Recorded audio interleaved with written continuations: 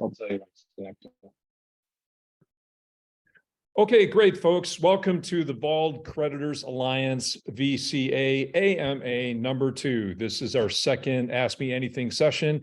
Thanks for joining us. I'm Bill Dorfeld, and we've got a number of panelists here that will be taking your questions, answering them to the best of our ability. The format's going to be, you can chat some questions or raise your hand to then be put in the queue to speak your questions. We'll start off with a short presentation that I'll give, and then we'll jump right into the proposal from KordaMentha regarding their ideas for how best to proceed with the winding up of DeFi payments. So without further ado, I'm going to go ahead and get into prezo mode after I share my screen. 1 second, folks.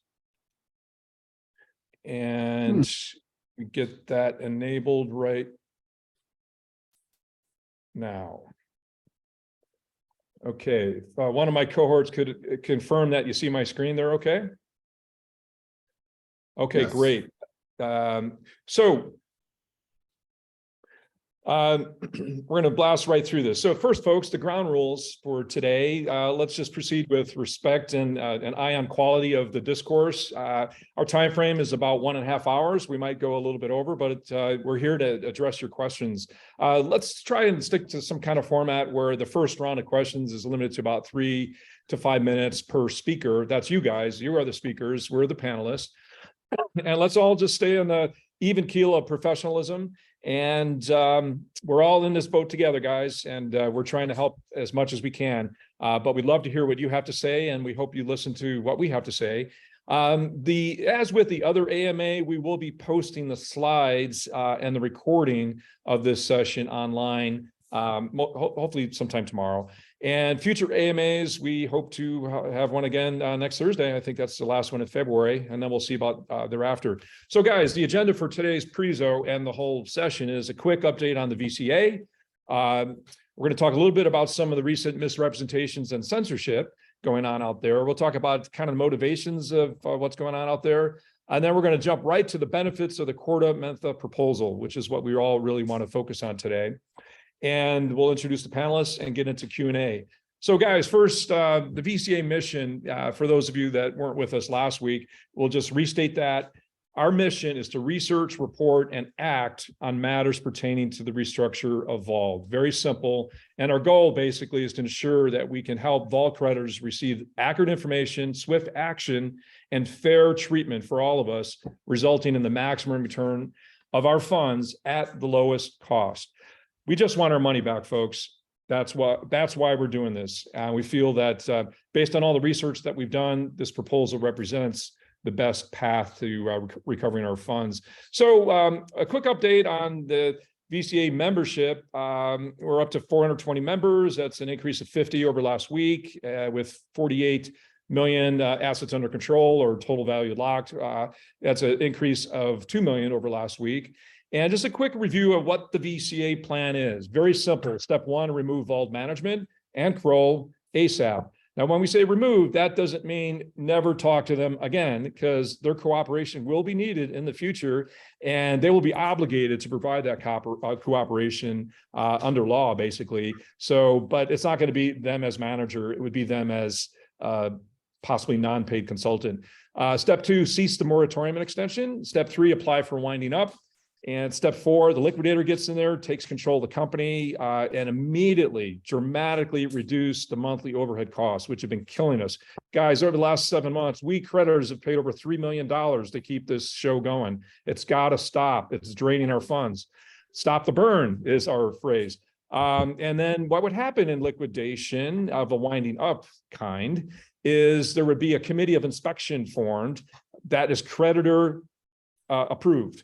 And this body of the COI, the Committee of Inspection, works with the liquidator to proceed on things.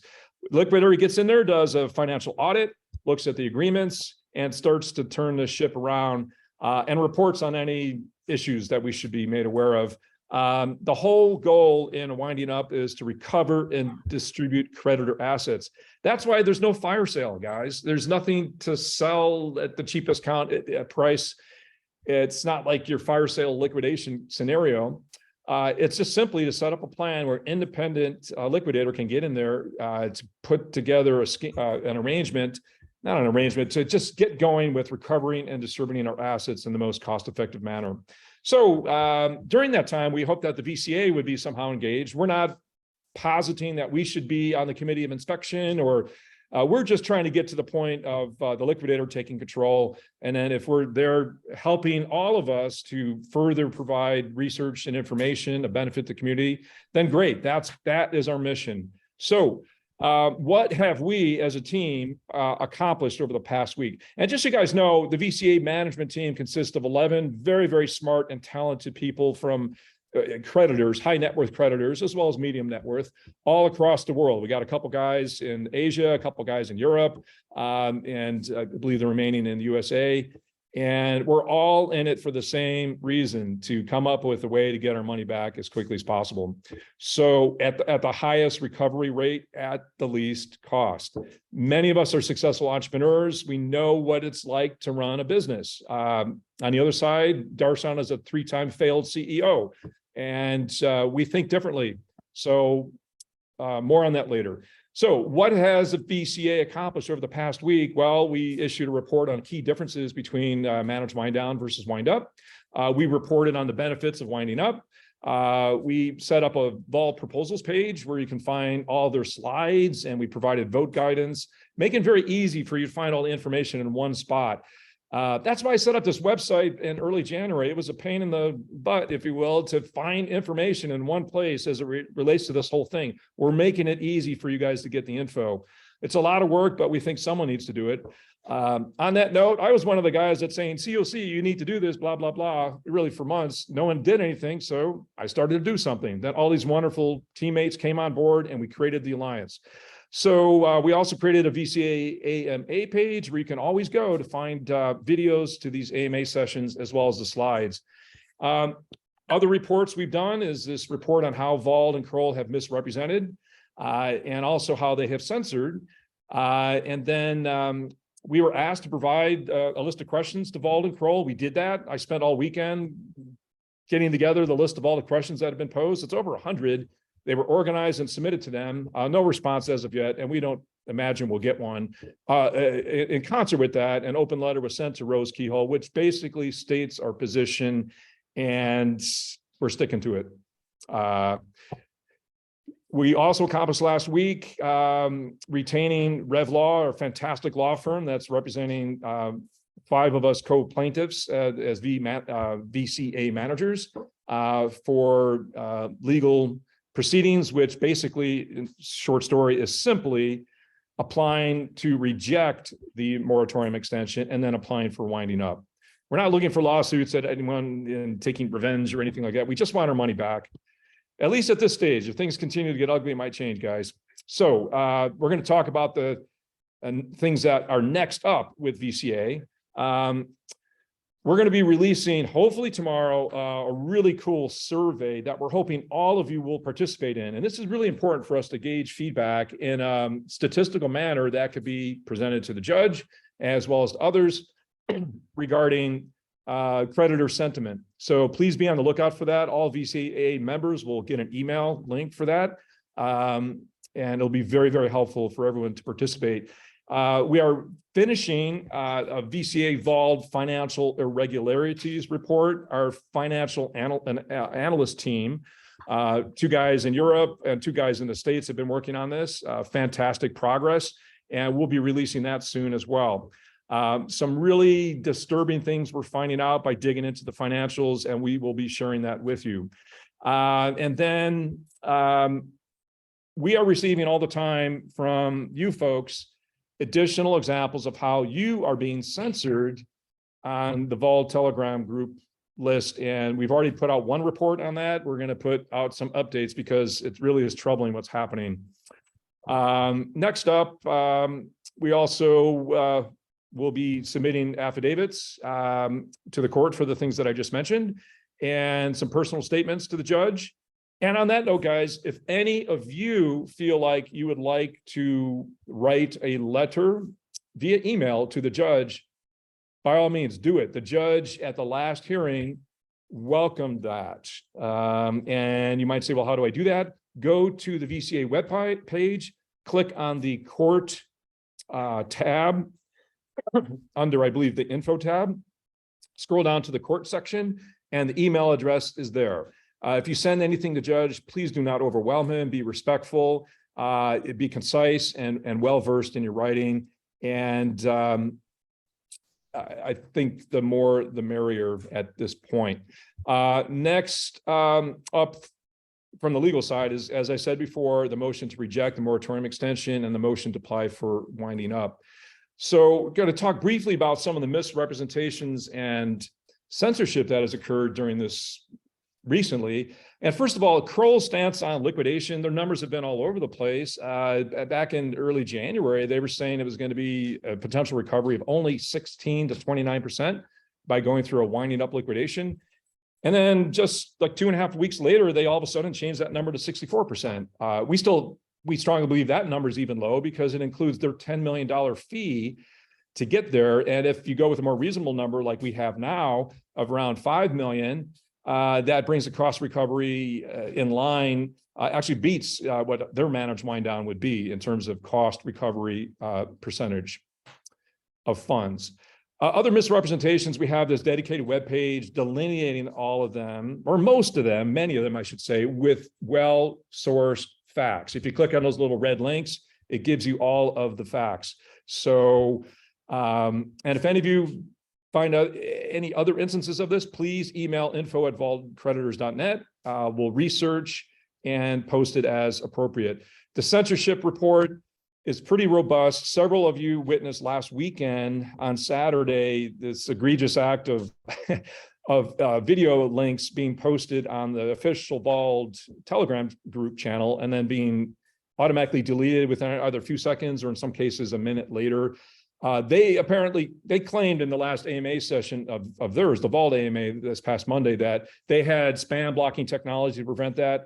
BS. We've done the research on that and we have done the test, and there is no such thing that they're claiming. These were manual deletions or a spam or an automatically custom bot programmed to target that link. And if you go to this webpage, we have all the evidence to support that. So we spend a lot of time putting together facts and evidence so that what we say is solid and it's backed by true evidence. And this will be provided to the court because the court gave them a very clear order that they were supposed to open and enhance communications with creditors.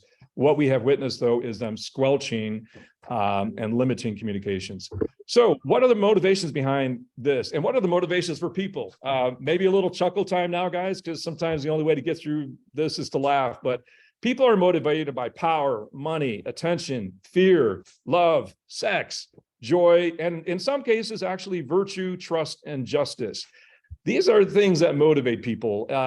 We all want our money. We're motivated by money. We're also motivated by fear. And there's been a lot of fear mongering going on to scare people about liquidation.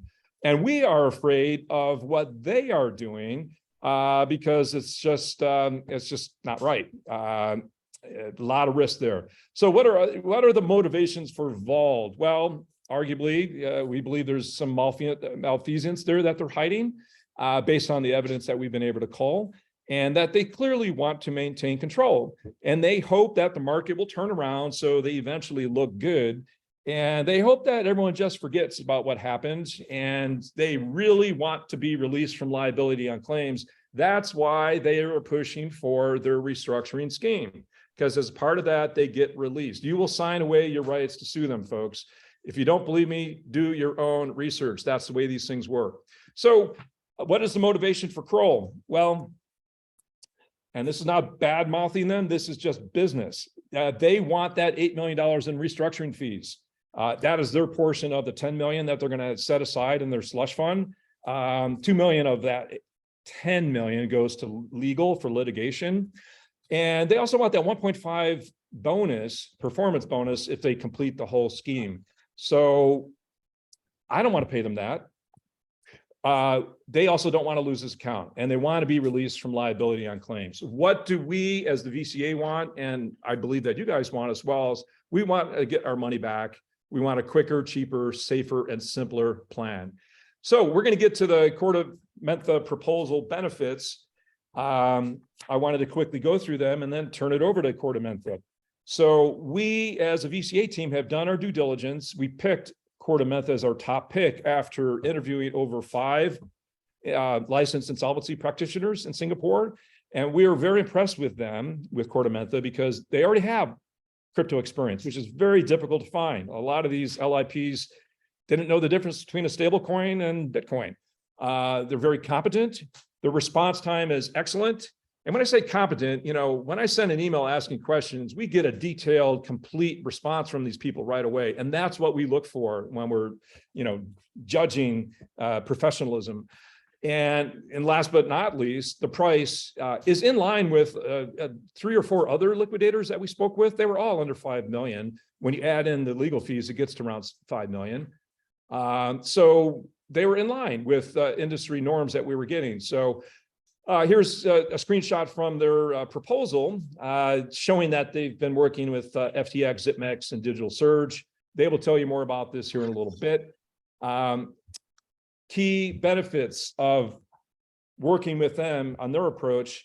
I'm going to say LIP for licensed insolvency practitioner. It's nominated by the creditors and appointed by the judge. We have control, people.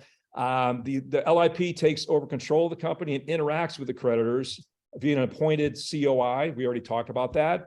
The LIP, they must post a sizable security deposit up to 10% of the claim amount. So they're on the hook. This is unlike Vauld or Kroll, where they're going to set aside 10 million of our dollars, and that is their slush fund to use as they see fit. All billings must be approved by the COI and the court. So there's a lot of accountability there, folks. And I'll say that me and a lot of the other crew here at VCA, we didn't know any of this stuff. That's why we spent the last 5 weeks doing our research. So we learned all this so we can make an educated recommendation. So I'm sure a lot of this is new to you guys as well, but someone had to do it. So next up, former Vauld management, they are required to cooperate, all right? So it's not like they're getting canned and we'll never hear from them again. There'll be a flight risk. They have to cooperate. The LIP can place our crypto assets with a third-party custodian, which provides insurance coverage, added layer of safety. And KordaMentha will talk about this more, I'm sure. And they will perform a financial audit right away to ensure there's no fraud. We need this, right? And Jason at Kroll says that they're going to do it after the scheme is approved. Why don't they do it now? Why didn't they do it 7 months ago? We've been asking for 7 months. We're tired of waiting, folks. We need to move forward. Lastly, an LIP liquidator is bound by law to ensure that creditor concerns go ahead of the company or shareholder concerns. They are motivated to protect creditors, not shareholders. And I don't know if you could say the same about the Vauld Kroll proposal. There's also no need to go through, it's quicker because there's no need to go through a multi-month process of drafting, applying for, and voting on a restructuring scheme as Vauld and Kroll have proposed. So it's a faster path towards getting independent oversight. Again, when they talk about, well, we'll do an independent financial audit after the scheme gets going, we want that now. So liquidation through winding up is a quicker way to get to that point, folks, so we know what the truth of the matter is. And regarding tools and systems, KordaMentha's got a lot of experience with that, and they'll talk more about it. We're very impressed. They were the only liquidator that we spoke with that had that knowledge and connections and tools and resources. So we'll hear from them more on that. And it's cheaper. The numbers that are seen here are corroborated by a number of other LIPs. And the prices that they're quoting, 5.6 million, that their fee is 3.6, and then they added 2 million to match what Kroll is saying the legal litigation fees are going to be. So they're on parity with Kroll on that number, but they're significantly less than the 8 million that Kroll is proposing for their restructure, let alone the crazy $40 million that they're talking about for liquidation. So we don't have the ongoing bloat of monthly costs from Vauld or Kroll to keep maintaining things, which we all know for the last 7 months has cost us $500,000, $350,000 to then what they claim is $300,000 a month. Guys, I've run a web software CGI company for a number of years. You don't need these kinds of numbers to run high-tech system servers. It's just absolutely ridiculous. I've been blown away ever since I heard these numbers. In fact, one COC member, when 500,000 was first announced, he told me, oh, that's their annual rate. And okay, did you really look into this and research and challenge them? Well, no. And then it comes to find out that's their monthly rate. Guys, it's just ridiculous. It's not based in real, business practices. There's other crazy things going on here, like too many employees sucking away our money. So with KordaMentha's existing experience with crypto assets, they already have the systems and the know-how on how to do this efficiently. And they've already anticipated the legal litigation fees by matching what Kroll is saying. So it's on par. There's parity there. And so far, the legal cost is being absorbed by us VCA managers and the fine folks of you that are contributing, and we very much appreciate that, which means it's not costing creditors a dime. Contrast that with the last 7 months where we have all flipped the bill for over $3 million to keep the Vauld and Kroll game going on. So one of the last points is simpler. Easy is good. A wind up via court order is far, far simpler than this convoluted, complex, very time-consuming and risky restructuring ideas that Vauld and Kroll keep proposing. Simplicity is good, folks. It doesn't need to be uber complicated. You look at their slides of the RDAs and all this stuff, and you just think, oh, they know what they're talking about. You know what? Maybe they don't. Maybe they just want this to go on and on and on so they can make some money. So the process is the judge simply accepts our winding up application, and 3 to 4 weeks later, there's a court hearing. If there's no opposition, boom, liquidator is appointed and can get to work soon thereafter. The timeline KordaMentha can further clarify with you folks. So I also want to point out, last thing here, it's similar. A managed wind down in concept is similar to a winding up because they are both forms of liquidation. This is something that Vauld and Kroll have really not been clear about. Unless if you look at the 9th affidavit, page 18, Darshan admits, he says that managed wind down is a form of liquidation. It's just, it is company controlled versus creditor controlled. They both approaches provide the same scope of recovery. So that means there's not going to be a difference with respect to what we can get from counterparty A or coin loan or flip vote, despite what they keep telling you. It's just not true, people. So can I add one thing, Bill? Can I add one thing to that? I hate to cut you off in your midstream, but there's a very important point as you're going through this. You made this earlier. Kroll gets a $1.5 million bonus if they can scare people away from liquidation, that term liquidation. So you need to take, and you touched on this earlier, Bill, about people's motivation. There's a reason they're trying to scare people away from it and misrepresenting facts, because they want that money. And if they say anything other than that, it is completely disingenuous. And anyone with half a brain can see through that if they really are honest with themselves. If someone's getting paid over $1 million bonus for this, of course they're going to misrepresent it and push people in a certain direction.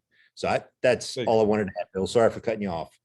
No, thanks. And guys, just, VCA manager Jeff just spoke up, and he's got a fantastic sales background. He's got really good instincts. I go to him all the time for advice and the sounding board and say, hey, what do you think of this idea?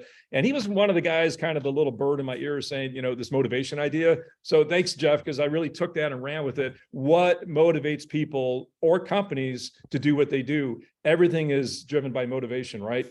So I'm almost done because this is the last slide here, then we're going to move on.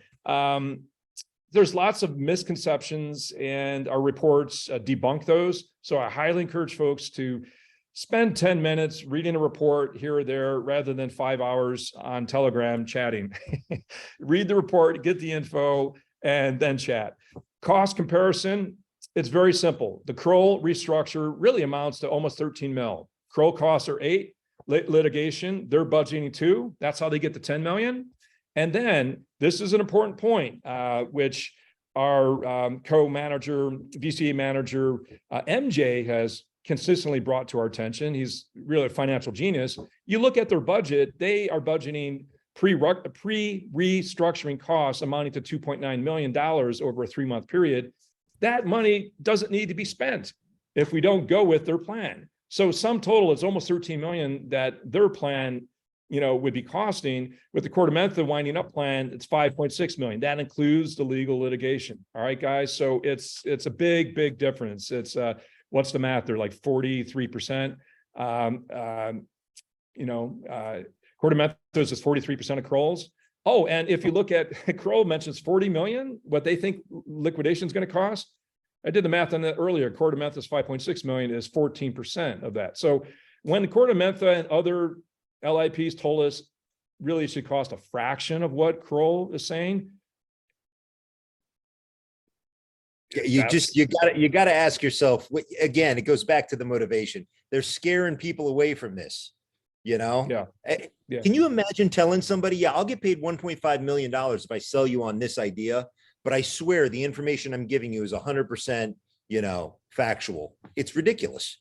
Yeah. Thanks, Jeff. And guys, the KordaMentha folks have been fantastic in very, very short notice, establishing a relationship with us, having multiple Zoom calls and trying their best to very quickly put together a valid proposal. And our hats off to them because, if they're putting out numbers and scope of work kind of commitments, they're putting themselves on the line as well. And of course, there's going to be unknowns that they would find going in there. That has to be expected and anticipated. So I'm sure they'll speak more about that. But guys, the bottom line is their numbers and other LIPs are dramatically, astronomically different than what Kroll is claiming. And do your own due diligence. If you don't believe us, pick up the phone, call 5 liquidators, call 5 lawyers, as we've done, spend hundreds of hours. We've been working around the clock with a team of 11 guys over the last 5 weeks, wearing ourselves out to get the facts. And these are the facts, folks. So I want to turn it over to our friends at KordaMentha to either correct me on things that I've said or clarify and deliver their own short prezo. And then after that, we'll go right away into Q&A. So thanks guys for allowing me that short introduction. And I'm going to close my screen and then turn it over to KordaMentha. Thank you. Hey, thanks, Phil, and good morning or good evening, depending on where you are. Since last week, we've had a bit of time to go back and have a look at what we think the costs of doing the liquidation work would be. We've been able to go out to third-party service providers and get some quotes on how much it would cost to back up our proposal. So I just want to run through a few bits of information with respect to how the liquidation process actually runs, and then we'll go through the proposal as well. So in terms of, just to reiterate some of what Bill just said, the liquidator is appointed by the court. It's an independent party. We're officers of the court. We have overview from the official receiver. The powers of the liquidator are drawn from the relevant legislation in Singapore, which covers all of restructuring, which is the Insolvency, Restructuring and Dissolution Act, or IRDA. So we have broad powers under that act to sell assets, to hire agents if we need assistance in any aspect of the liquidation. As was mentioned earlier, a liquidation is not a fire sale. We have obligations to manage the wind down in the most prudent and efficient way that we believe is necessary. And where there's something that's new or uncertain, there is provision under the IRDA Act to enable the liquidator to make applications to court to get the blessing of the court if we want to do things in a slightly different way, or if the legislation hasn't kept up with technology or changes in specific industries. So there is provision for that, and that's something that we do on a regular basis to work with the courts to manage these liquidation situations to maximise returns to creditors in the quickest possible time. So in terms of the actual liquidation process, there's various aspects, some of which occur on their own, others in parallel. But essentially, the way we break it down is there's gaining control or recovering the assets. There's looking at the claims, seeing who the creditors are, adjudicating on those claims, and then there's the distribution of the assets to the creditors. So in terms of the control of the assets, we'll go through in a moment what we plan to do with the liquid assets. The illiquid assets were the assets in different jurisdictions which are subject to some sort of legal impediment, or they're with parties who are going through their own liquidation process themselves. There's a slightly different route that we need to look at for those assets. In terms of filing and adjudicating creditor claims, we've had some recent experience that we would bring to this matter that we would hope would expedite the process. And the adjudication of claims, we think, can also be simplified. And then there's the distribution of the assets. And there's various ways we can distribute the assets. It is possible to do what is termed an in-specie distribution. We can also realise the assets into cash and distribute the assets that way.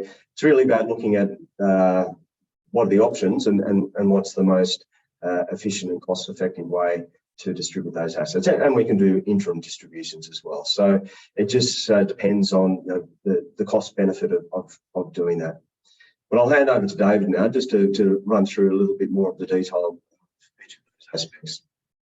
Just looking at taking control and recovery of assets. So as we've established that once Vauld goes into liquidation, the liquidator takes control over the affairs of the company, and the directors, whilst they are no longer authorized to act in relation to the company, they do have statutory obligations under the IRDA to assist and cooperate with the liquidator. So we believe that in this instance, there will be sort of two work streams. One would be the liquid assets and then the illiquid assets. So really, to start with the liquid assets, what we foresee is that once we do get a liquidator is appointed, it really is a proactive step to try and understand what assets there are and to secure those assets. So, for instance, in this example, there might be cryptocurrency assets sitting on the Vauld platform, in other exchanges, in cold wallets. So we would need to make an assessment as to where the assets are and how quickly we can take control over those assets. And once we determine that, we propose that the assets be transferred to a third-party custodial firm. So I think we mentioned on the last call last week that on our digital surge matter that we've been working on, we worked with this third-party custodial firm who essentially their role was to come in and assist to transfer all the cryptocurrencies from the digital surge platform, whether they sat in digital surge, in cold wallets, or in other exchanges like Binance, and get that transferred over into their systems and their platform. And we've been advised from them that once the cryptocurrency is transferred into their platform, they have insurance coverage with Lloyd's of London to insure those cryptocurrencies that, if there is any hack, if there's any reason why the cryptocurrency is lost, when on their platform, then there is insurance to cover that cryptocurrency on the platform. So that in itself provides two benefits. One benefit is obviously protection of your assets, but secondly, from a liquidator's perspective, we are also personally liable in respect of the acts of during the liquidation. So that provides us a level of comfort as well in respect of our own personal liability. Secondly, there will be illiquid assets, and whilst we are not privy to exactly what all those illiquid assets are. Again, once we do get appointed as liquidators, there will be a need to assess each of those illiquid assets and devise a plan on how best that those illiquid assets can be recovered for the creditors. Now, in normal circumstances, what we would do is we would reach out and correspond with those counterparties to determine the status and try and come to a swift negotiation to try and maximize the value of the outstanding amounts as quickly as possible. But there is also a risk that, if it's not possible, that we'll need to seek legal advice and commence potentially litigation. And I believe that some of the Indian matters may require some litigation to come to recover those amounts.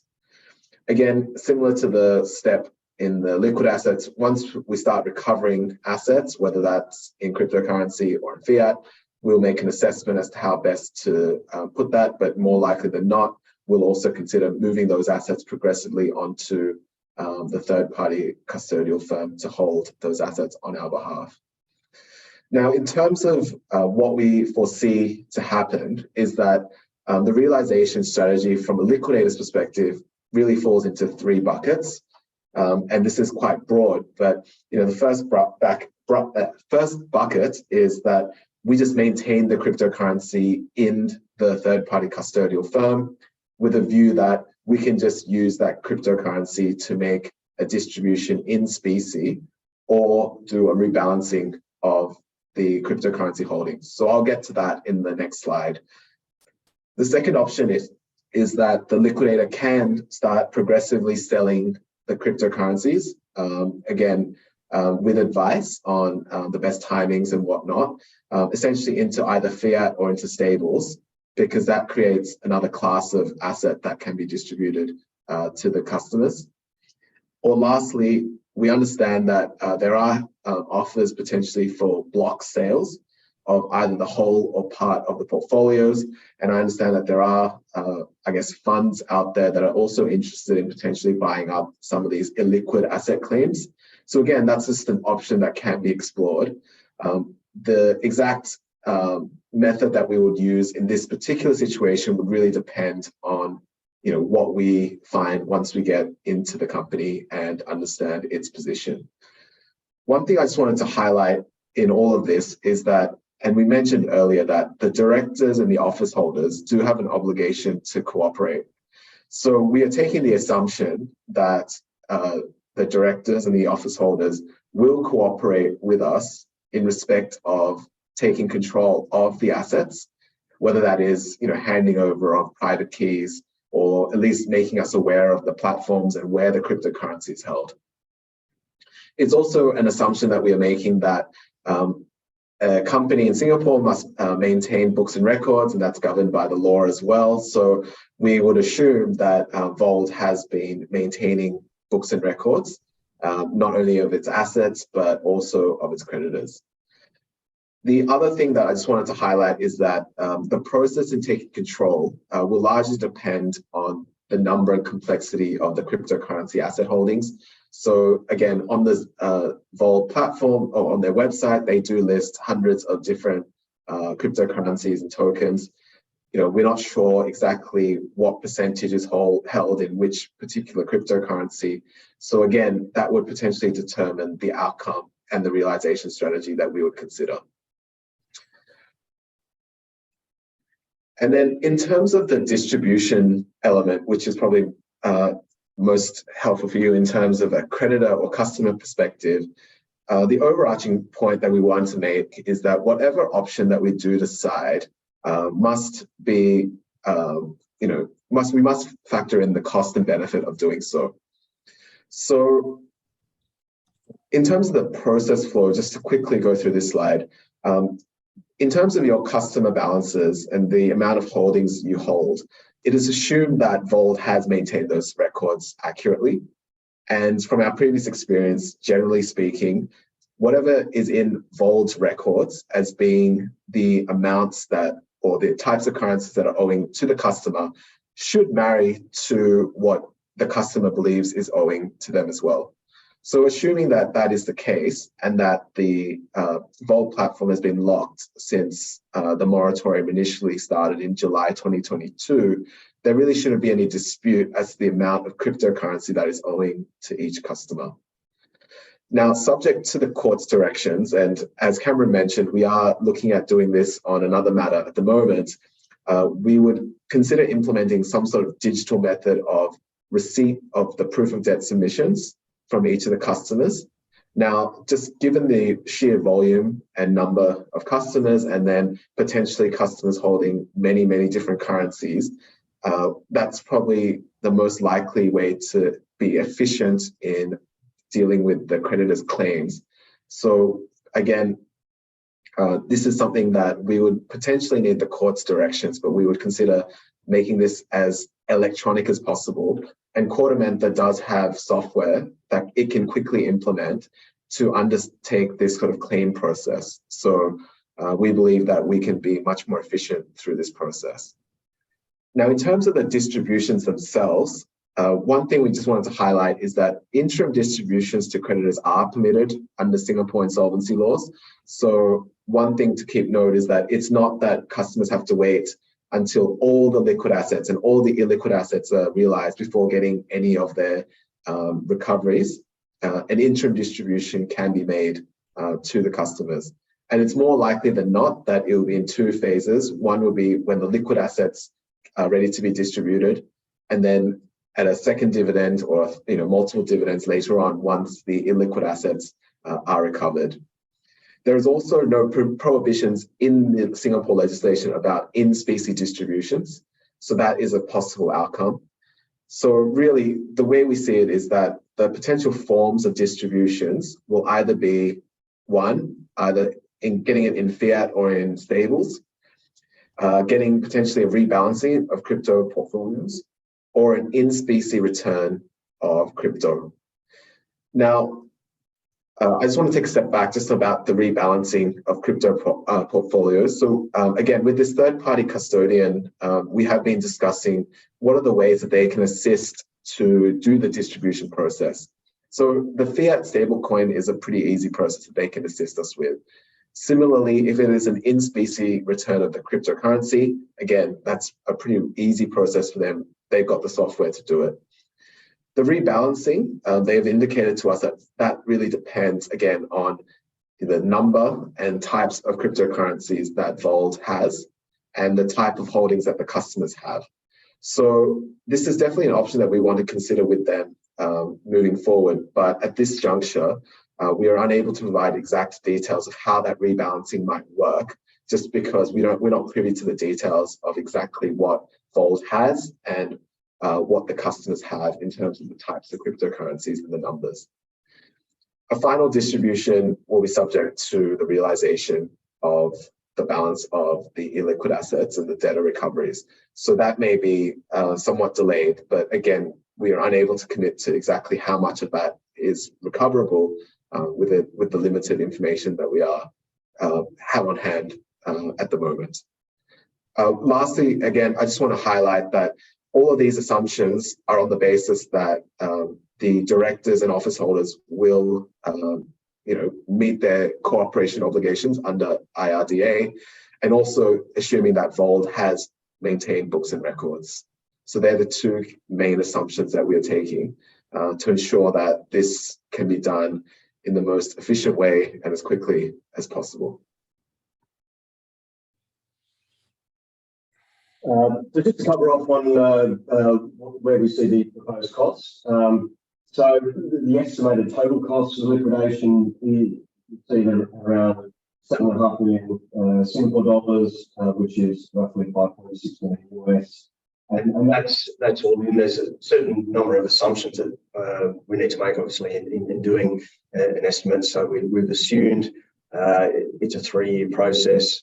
As David said, we assume that the directors will fulfil their basic obligations as they're required to under the Order Act. But what's in that 7.5 Sing or 5.6 US? It includes liquidators' fees. It includes the digital asset custodians' fees. It's got the legal fees in there, which we've just assumed what's been estimated by Kroll in that regard. It could be different to that figure, but we don't. That's the best information we have at the moment on that. So we've just taken the same number. And there's other disbursements. We assume that there may be some employees that we need to retain for a period of time to help with the transfer of the assets and just ensuring that's fully reconciled. And there's ongoing software maintenance. So when you break the figure down, it's around 2 million. Out of 5 million, which is the legal fees, and the rest being 3.6, split roughly between the liquidator's fees and the other costs associated with realising the assets. So that's our proposal, and we're happy to take any questions you have on that. Wonderful. Thank you, gentlemen. Well said, and thank you for that detail. Alexi, do we have some hands up, or do other team members want to chime in? We're welcoming questions at this point, folks. All right, let me see. We have one. We have a Robert. Please go ahead. I'm allowing you to talk. Thank you. Hi, good evening. First of all, thanks again for all the progress that has been made over the past week. You guys can hear me, right? Yes, perfectly. Perfect. A question that I've been thinking over the past week on, and it's partly addressed just now on the rebalancing, and it's not a question of like something will be fair or unfair, but my assumption is that it will be done as fair as possible. I'd just like to understand better, as of course we all hold certain claims in different types of assets, but Vauld doesn't hold these assets. For example, they don't have any US dollars, and they have a lot of other cryptocurrency. In the plan that we currently have here as VCA, how would we determine to do a fair distribution in relation to what date would be taken for? Is that July 4th date?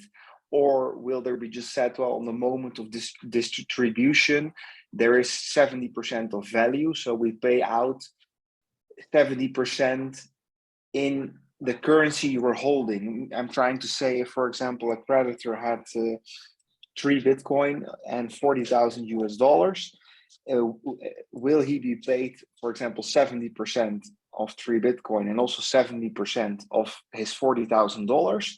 Or is there going to be a cutoff point where it's being set, for example, this 4th of July, Bitcoin was at $20,000, so that represents 60 plus the 40 is 100, and of that you get your percentage? Or how? I think you already understand the question I'm trying to ask, but is it already contemplated how this will be done exactly? Maybe we should let MJ, one of our lead financial analysts, respond to that, and then we could bounce it to KordaMentha. MJ, do you want to go ahead? Yeah, sure, Bill. Thanks for your question, Robert. The way I foresee is that our liabilities are frozen as of July 4th, and the total amount of liabilities as provided by Kroll, the number is $328 million. So it has already been converted into dollars, as you gave in your example. So whatever crypto you hold in your accounts, the equivalent USD amount has already been calculated, and which I believe can be leveraged by the liquidator as part of the liquidation. So in your case, the example you said, the value of the Bitcoin would be 60,000 plus the 40,000 in fiat, your 100,000, and based on how much percentage of your pro rata claim is on the 328 million, you would get that percentage back. And the way I see is that the options given by KordaMentha is like, depending on what the preferences of the creditors and what guidance is given by the court, you could be given, in-kind crypto, depending on how much crypto we have and what assets we have. Like we have a lot of BTC, ETH, so those assets can be given in kind, and there might be options like of rebalancing, I'm guessing, of some of those assets into stable coins, or if somebody wants to have ETH or BTC, that can be figured out. That is my understanding, and that's what I believe was done at Midas Investments also. And there is technology available. They did it in 2 hours, the rebalancing, so I'm pretty confident it can be easily done. And that was the main reason I went ahead with KordaMentha, that we need a quick and fast distribution, and it should not take too much time. I hope I answered your question. Yeah, if I may follow up very briefly. So if I understand you well, although the payout could be in a cryptocurrency, taking my example, the claim amount would still be based on that $100,000 and the percentages available. So it doesn't matter if at the moment of payout, like you won't get 70% of 3 Bitcoin, meaning 2.1 Bitcoin, but you would get 70% of that $60,000 if that 1 Bitcoin was valued at 20 each. No matter if at the point of payout, for example, at the end of this year, Bitcoin is only valued at 10,000 or at 60,000, which would either be an advantage or disadvantage, that doesn't matter. It will be looked at the dollar value from the 4th of July, period. That's correct. Yep. Okay. And to clarify, it will be the liquidator's call, working with the advice of the COI, but the liquidator will make the call because they're legally obligated to provide maximum value to creditors. So they will look at the best scenarios and seek feedback from kind of the technical expertise that we have right here, as well as whoever else steps up. Because if I may, like in the case, of course, for people who only hold stable, it doesn't matter, it's just a percentage of that. But for people that do hold cryptocurrency, it could be an advantage if the market goes below the numbers it was on the 4th of July, but it could be a huge disadvantage if the market is 3 times as high, right? Which would affect people that hold, well, currencies that shift a lot in value. Yeah, just want to clarify on that. The take on that I have is, Vauld has been promoting this FM option, the fund management option. We are actually in a fund manager option right now. We are a fund of one already. And the only way out of this is, pari passu payment to all the creditors equally. So there is nobody who's getting any particular Bitcoins. Those assets belong to the company. And they have to be, valued in terms of US dollars and paid out pari passu. That is the Singapore law, and that is what has been followed by Voyager and all the other crypto bankruptcies are following. And that was also the way Bitfinex settled. As you know, that was a success story. And even in that, whatever was the whole was settled in fiat. And that's the only way bankruptcy works. Bankruptcy doesn't understand cryptocurrencies. It only understands the equivalent value, so that the payout can be equal and fair to everybody. Just to add briefly to MJ's point there as well, I think it's a question of devising a strategy that treats all creditors fairly. The date of July the 4th is a date when when everyone lost access to their funds, whatever currency those funds were denominated in. That's when you lost access. That's when Vauld technically was, became insolvent. So to pay out at that point, you effectively, you're a shareholder / you are a creditor of this insolvent company. And all we're trying to do is say, okay, well, we need to recover all the assets this insolvent company had, and then pay them out to people as they were owed as of that date.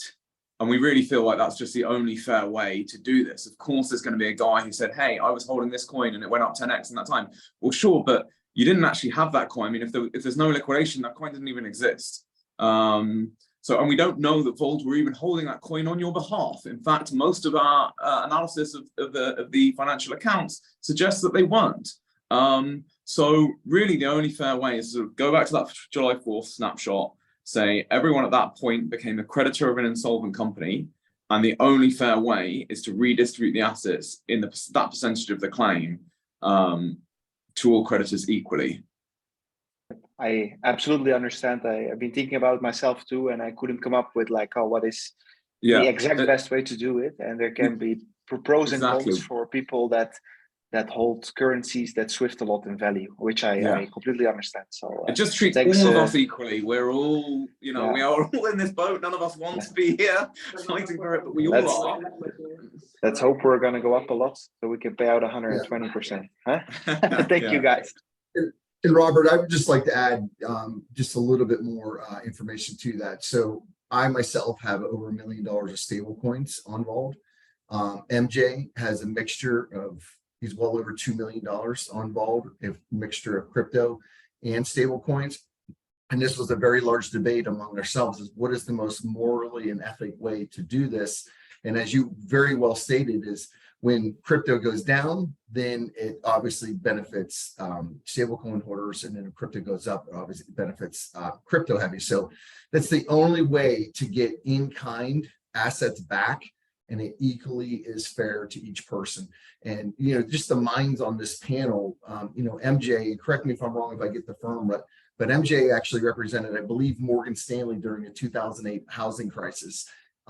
So he has an incredible financial background, and we have great minds involved on this panel. And this was a debate that we went back and forth on for well over a couple weeks. And unfortunately, I have almost $1 million stuck on Voyager as well. And anybody who's doing these proceedings really coming to the same conclusion of that's the only way. You have to have a hard cutoff date. What's the value of those assets, and then what was your percentage of that total assets or pie, and that's how the distribution goes. So very good question. We appreciate the question, and I think that's one of the biggest concerns. But we really want to be able to make sure that people who want in-kind assets back are able to do so. Thanks so much for your considerations and clarification. Thank you, Robert. Okay, any other hands up? Thank you, Robert. Alexi, we have a couple really good questions in Q&A that I would love to raise their hands and get some answers directly from David Kim. Do you want to call out names of any of those folks to invite them, or we just wait for them to raise their hand? Yeah. Michael, if you could raise your hand on the Q&A, and some of the others that we've been answering, some of those answers we definitely wanted you to address directly to the panel. I'll tell you what, some people, maybe they're a little uncomfortable asking a question live on camera or with the audio. I'll say this one is a good question. Robert Russ, if you want to ask a question, you can, or I'll do it for you. But he's asking about some regulators from various jurisdictions leveling fines for companies, the SEC and such hitting fines on certain companies, and that it jumps a line over creditor claims. Are creditors stuck holding the bag for that, or does this protect us from that sort of a situation, or how does being in liquidation like this, how does that get handled? Does that make sense?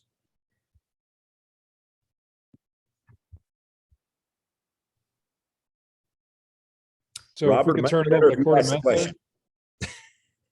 Yeah, to KordaMentha. Yeah. Yeah. So look, in terms of fines, if they are levied, we're not aware of any fines that have been levied on Vauld. But if they are, I mean, it's an external jurisdiction that they'd have to have those claims recognised in Singapore, and then it would just be an unsecured claim under Singapore law if it was recognised. Would we be in a better situation as creditors? I mean, in a liquidation, we will not have signed our rights away on anything. If we go with one of their schemes, we will. Would that make any difference? Well, I guess a slightly different issue. If it's a fine from a regulator, it's just it's a fine that's recognised in Singapore as a claim, then it just forms part of the creditor group that the company would have to pay. In terms of the rights of creditors, well, for the liquidator to pursue office holders of the company, there's full powers of the liquidator to investigate the causes for the company's insolvency, and if there's been offences committed or there's transactions that are, we refer to as potential clawback actions, and then we're able to pursue those claims. Of course, it's always a cost-benefit analysis whether you pursue those claims, but certainly it's a power that is available to the liquidator. Excellent. I'll chime in with a question for KordaMentha, because in your presentation, you aptly pointed out that all the assumptions that your numbers and scope of work are based upon.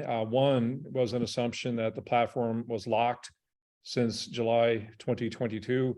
Unfortunately, based upon our financial analysis, which will be forthcoming in this financial irregularities report that we hope to get out soon, we have very clear evidence of them trading using our funds and swapping, and what was in place in July 4th is not the same as what's in the coffers right now. So that would complicate financial accounting and balancing on your end. So just wanted to bring that to your attention so that, maybe some comment from you regarding that. And folks, KordaMentha has not received this report from us yet. Everything is fast moving here, and we will get that to them just as soon as we have an independent accountant reviewing all this as well. But I just wanted to call attention to that so that everyone knows that we are looking carefully at all angles. And even when we talk to you, just want to make sure we have complete due diligence and understanding about what your numbers will cover. When you run into, so assuming that that is true, as we believe it to be true, how would you then go about, and possibly what would be approximate cost, obviously be depending upon the amount of discrepancy, but how would you approach a situation like that where indeed you discover right away when you look at the books that they have not been locked since July 2022, as you assumed? I think just to clarify, when we say that the locking of, I meant the locking of every customer's wallets. So in that respect, there should be no discrepancies as to what bill you claim to be owed from Vauld, because they shouldn't have done anything with your wallet or however they store your cryptocurrency, in theory, between July to the date when, if this eventually goes into liquidation. So that really is from a customer adjudication and claim perspective. We'll be able to look at the Vauld platform, and it should pretty much tie to exactly what every customer is claiming, because there should have been no movements. So in other situations, we've noticed that certain wallets certain currencies do get opened up for trading. So, your BTCs and Ethereums might be locked up, but they might allow for certain other cryptocurrencies to be traded, which then creates some issues about, and coming back to this point about when is your cutoff of, and how do you determine the amount that's owing to each customer? That creates potential issues around what is the actual value that is owing to a particular customer. In terms of your question as to whether Vauld has been trading their cryptocurrency holdings, again, I think that's a different situation. From our perspective, on day one, we'll just have to go in and try and get as much of the known cryptocurrency assets and take control of that as possible. So to the extent that there's discrepancies as to what Vauld has claimed in their accounts as being assets held versus what we eventually take over, again, that would be something that we would need to look into after the fact. But our main goal in terms of taking control of whatever assets is we need to just be really proactive and efficient, try and be efficient to try and get control of everything that we can that is classified under this kind of liquid asset pool of cryptocurrencies. Excellent. Thank you. Thank you. We have two raised hands, please. First, Andrew, go ahead, sir. Andrew, you are on. Please unmute yourself.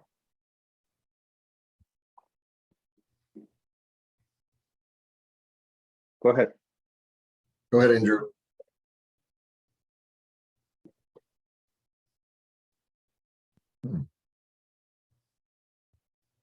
I'm not sure. Andrew, can you hear us? Andrew, we can't hear you. Not sure if you're speaking now, but let's come back to Andrew. And let's do, we'll come back to you later. Or post the chat in I'll let you back, and I'll let V Paula. Sorry, just give me a second. Okay, V Paula, please go ahead.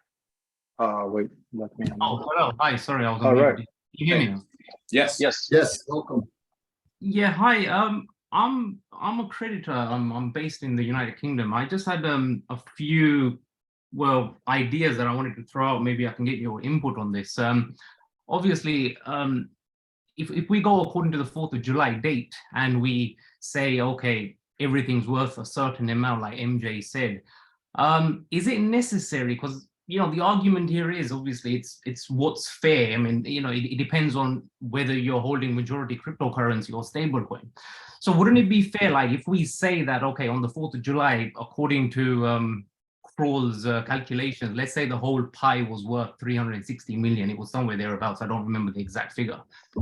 And then as and when we're getting things, as and when the receivables come in, couldn't it be more fair that if everything comes in and you get a slice of everything as it is? So for example, let's say I'm 0.1% of the whole 100%. Then as and when everything comes in whatever asset it comes in as, I get 0.1% of that asset. Like, why does it have to be in a stable coin or USD? Because from my understanding, the whole currently is in stable coins. Because if you look at, this is if what Kroll and Vauld are saying is correct and true, the whole is stable coins, because what they were doing is they were taking the stable coins and they were putting it into BTC and ETH. Obviously immoral, or whether they should have been doing it or not, that's a separate question. But what they were doing is they were taking directional bets on BTC and ETH. So if you look at their holdings or their assets and liabilities on the crypto side, like majority of the bigger ones like BTC, ETH, XRP, then they've got that fully covered. What they don't have covered is the stable coin, because what they were doing is they were taking, say, for example, your, I don't know, let's say $100, and then they at some point they've converted that $100 to BTC and ETH, and because the market's fallen, obviously there's that hole now. So, I mean, if from my understanding, it's like as if there's more, they've got the ETH and the BTC and the cryptocurrency to cover everything. They don't have the stable coin. So if we want to talk about, the best way for all of this to be fair, I would say, I mean, this is my suggestion, that, okay, as and when Amber or CPA comes in, as and when the other receivables come in, whatever, let's say BTC comes in or ETH comes in or XRP comes in or some other junk coin comes in, why can't it be that you get your pro rata share in that particular asset? Because if you're converting everything, on the 4th of July dates, then that's seriously a disadvantage, like, to the people that are holding cryptocurrency. But, I mean, what Kroll are offering currently seems to be fair. I mean, I'm not taking sides or anything, but it seems to be fair currently, where they're saying that, you'll get a basket of everything. You pick 32%, I think, and then the 48 is a basket of BTC, ETH, and XRP, and obviously the stable coin. And I think because they know that that's the proportion in which they've given the loan out in. I mean, I don't know. I mean, this is just a thought I had. Maybe the liquidators can give some input, or maybe MJ can give some input. I'm happy to give some input as well, just because this is something I've thought a lot about, and I hear all your points. And there's one thing very important to remember, is the fact that regardless of whether your claim, as you said, if you're owed 0.1% of the total assets recovered, you're owed 0.1%. And whether you receive that in dollars or in specie actually makes no difference. If the recovered amount is $100 million and you're owed 0.1%, i.e. 100,000, you receive your 100,000. Whether that 100,000 is paid to you in USDC or a basket of Bitcoin, Matic, and XRP is irrelevant, because it's still $100,000 worth, right? This was a whole Vauld Kroll point about being paid units, etc. So you'll get units equivalent to $100,000, whether that's 100,000 USDC. But the units, no, I understand. Sorry to cut you out there, but I do understand the unit terminology, because what you're getting, you're still getting the BTC ETH and everything. Let's say, for example, Amber, a CPA, next year, mid next year, we get the money back. By that time, BTC is 50K. The thing is, if you're crystallizing everything in terms of USD equivalent on the 4th of July, then I know what you're saying. Whatever's coming back from CPA is still. To your point, say the hypothetical extreme, what happens if Bitcoin goes to 200,000? And we have way more assets to distribute? When we distribute those, stablecoin holders are significantly better off, because they will benefit from the price appreciation of Bitcoin when they didn't actually own any Bitcoin. Vice versa, cryptocurrency holders are less well off because they're not benefiting in the same percentage as they would have done if they were sort of paid their full sort of claim size in Bitcoin. I know what you're saying. The problem is the equivalent, like the counter argument is also possible in that between now and counterparty A being repaid, what happens if, just hypothetically, someone discovers fraud at Binance or Coinbase or an equivalent exchange and crypto goes to zero or near zero? Well, then actually anything we still manage to recover, if we manage to recover anything, cryptocurrency holders will be way better off because any dollars we recover, they've got a share in that claim, right? Stablecoin holders will be worse off. So it really is a case of if crypto goes up, yes, cryptocurrency holders on July 4th are slightly worse off than they would have otherwise been. Equally, if crypto goes down, they're slightly better off. So it is a trade-off of whether crypto is going up or down. But isn't that, sorry again, but isn't that dependent on what CPA and, okay, so for coin loan, we know it's just everything there, the 27 trillion is XRP.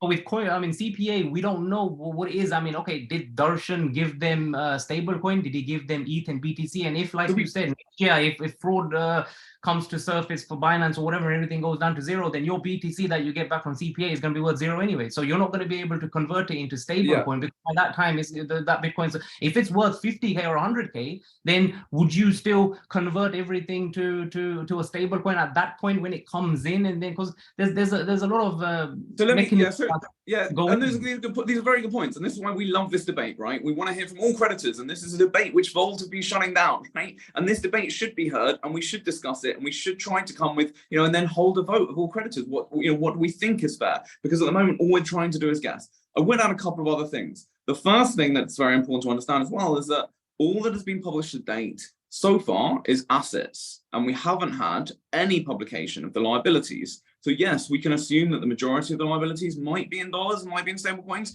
We don't actually know that for a fact. I think a large percentage of the liabilities are going to be in crypto as well, right? There's lots of crypto creditors. So the problem is that what Vauld and Kroll have published to date is in the 9th affidavit, where he published a list of assets. That was a list of assets that, this is sort of like the liquid assets, which includes assets which are held with counterparty A, but those are all, those are only the asset side of the equation. We don't have the liability side. So without knowing the liability side, it's very difficult to tell. That's the first thing. The second thing as well is that what we noticed when you look at the asset list and you compare that to prior lists of assets that Vauld had, they have sold Bitcoin and they have sold dollars and they have sold Ethereum and they've bought altcoins, some much smaller cap coins.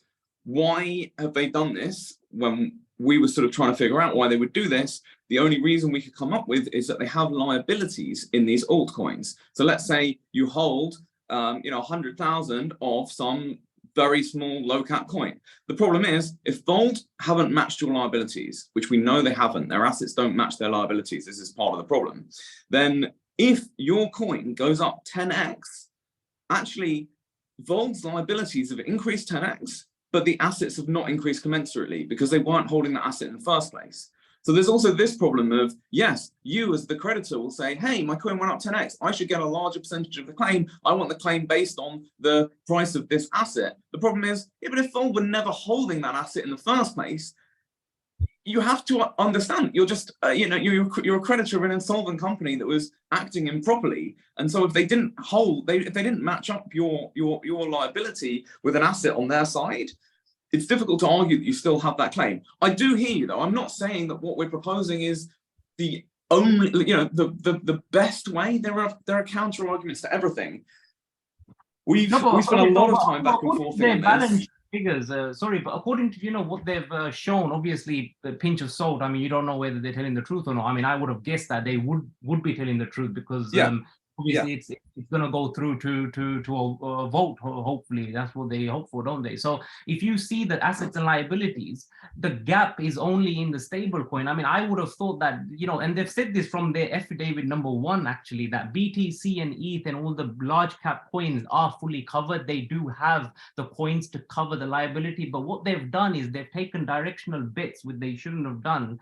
I understand what they did is they took stable coins, they've gone out, they've done kind of like what Alex did from Celsius. Yeah, where, from Celsius. Yeah, of course. He's taken an upwards bet on the crypto market, and he's taken people's stable coins and he's put it into obviously BTC and ETH. And that's why in one of the affidavits he does say that, look, this hole can naturally just get filled if BTC and everything in correlation kind of goes up to about 57K, I think the price figure was. So obviously everything goes up to 57, 60K, then we're all okay, because what all he's going to need to do is take that BTC back and give people stable coins back for, you know, I mean, that's their calculation, isn't it? Because they've got a cost basis at which they've purchased the BTC and ETH at. So they just need to go the other way and obviously fill the hole on the stablecoin side. The problem is the 60 million hole, or I don't remember what the latest hole is, but whatever that hole is it's because of stable coins. And what we still don't know is what's due from CPA. That, like with coin loan, because there's no it's dollars, USDC deposited. Here's can I mention one thing? I want to say one thing on this. I'm listening to you guys. I understand the point, Vipala. I do. I get it. I think we're kind of getting caught up in the weeds, though. You made kind of a very good point in the last 30 seconds or so, and I'm not sure if you even realized it. Listen to what you're saying about what they did with the coins behind our backs. Do you want those people to continue to manage the situation moving forward? I don't think anybody does. So all the other things you're talking about, I understand the concern, how you get paid, what you get paid in, all of that, but you can only control what you can control. And I, for one, and I'm not looking for revenge in any way, I just don't want these people to continue to control our funds. That's all. And I don't think you do either, based on what you're saying. Oh, no, that is true. But yeah, just one final quick point before I call it a day here. It's kind of like what I don't understand is what are they, you know, why don't they just show them their CPA whatever, like, you know, they're not showing it. I understand it's frustrating, but at least what they're showing now and in the plan, at least we know that if it's going to be sanctioned through the courts, then we're likely to, you know, get what they're saying now, because it's going to be obviously sanctioned through the court. The problem with liquidation, I personally see, is, let's say we go down this route. What if later, when we start getting all the receivables, if we can't agree on something, and let's say, you know, there's a lot of disagreements between creditors on how to distribute certain things, then it will just go down to, okay, Singapore law, and that is, okay, liquidate everything to dollars. And then, so it doesn't, you know, I think then the crypto holders will be at a significant disadvantage. I mean, I'm not citing Vauld. Obviously, I know what they've done is wrong. But going forward, if this is going to get sanctioned through the courts, then you do feel a bit safe, maybe. I mean, I don't know. I've never been part of such a... No. With all due respect, did you just listen to the... Okay. How can we keep getting these arguments that we're going to believe what they say, and because it's court sanctioned, they will perform? There's no oversight. If they go forward with the scheme, it's going to be a slush fund that Kroll has that they will spend as they see fit. Now, our LIPs here can hopefully chime in and confirm that, you know, what's going to be the oversight in that scheme versus liquidation. Can I add one thing on one point? Yeah, Bill, to build on your point there, in order to go down that road, we all need to sign off on it. And that will, I'm not a lawyer, but essentially it's going to include a lot of small print that says you can't sue us for any reason, no matter what comes up in anything that comes forward. You're done, your rights are gone. Sign this and we may try to pay you 100% of your claim eventually. That's the way it works. The liquidation, you can't do that. You can't do that. And then when these things come to light, something may happen from it.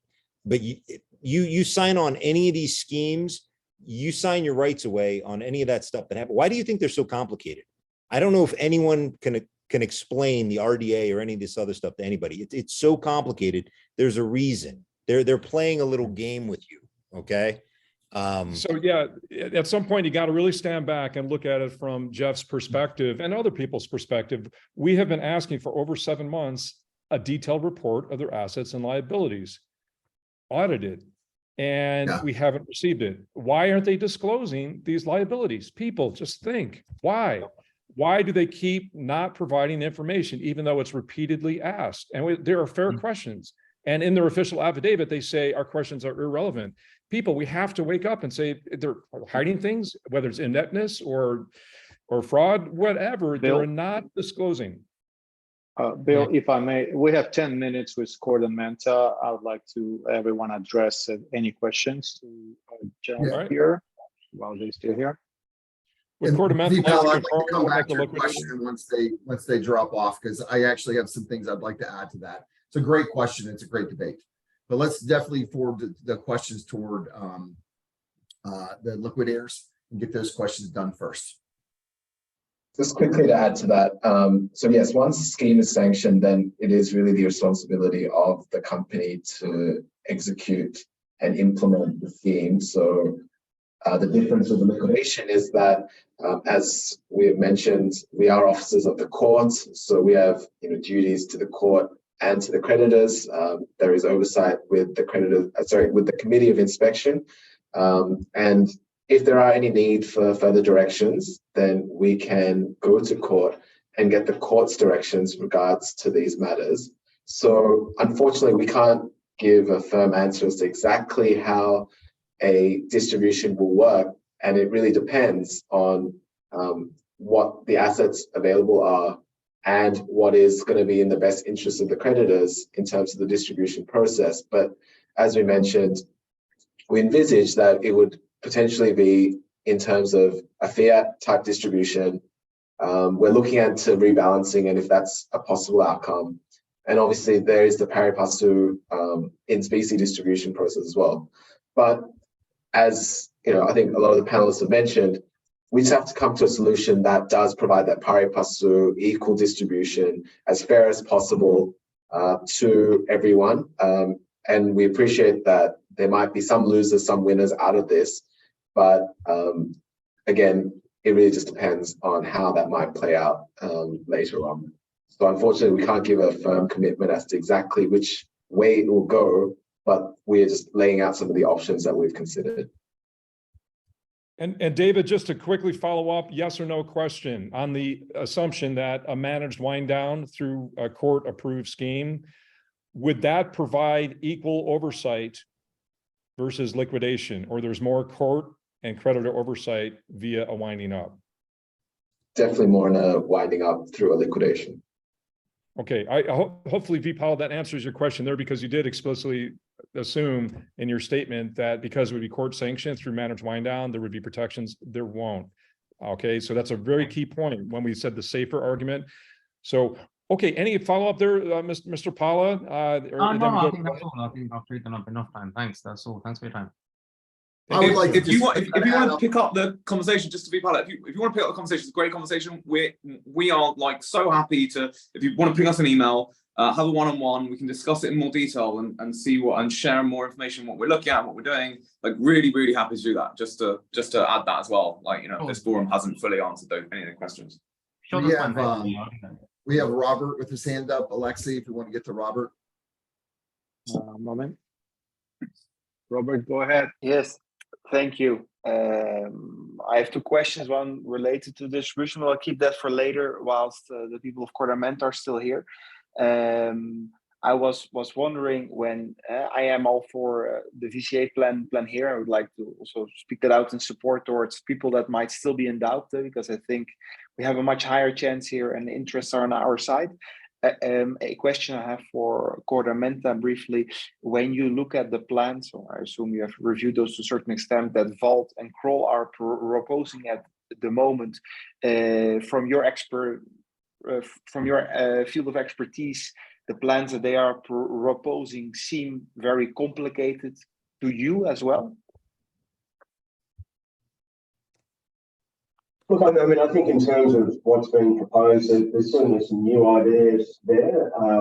Reverse Dutch auctions do occur in restructurings and in schemes.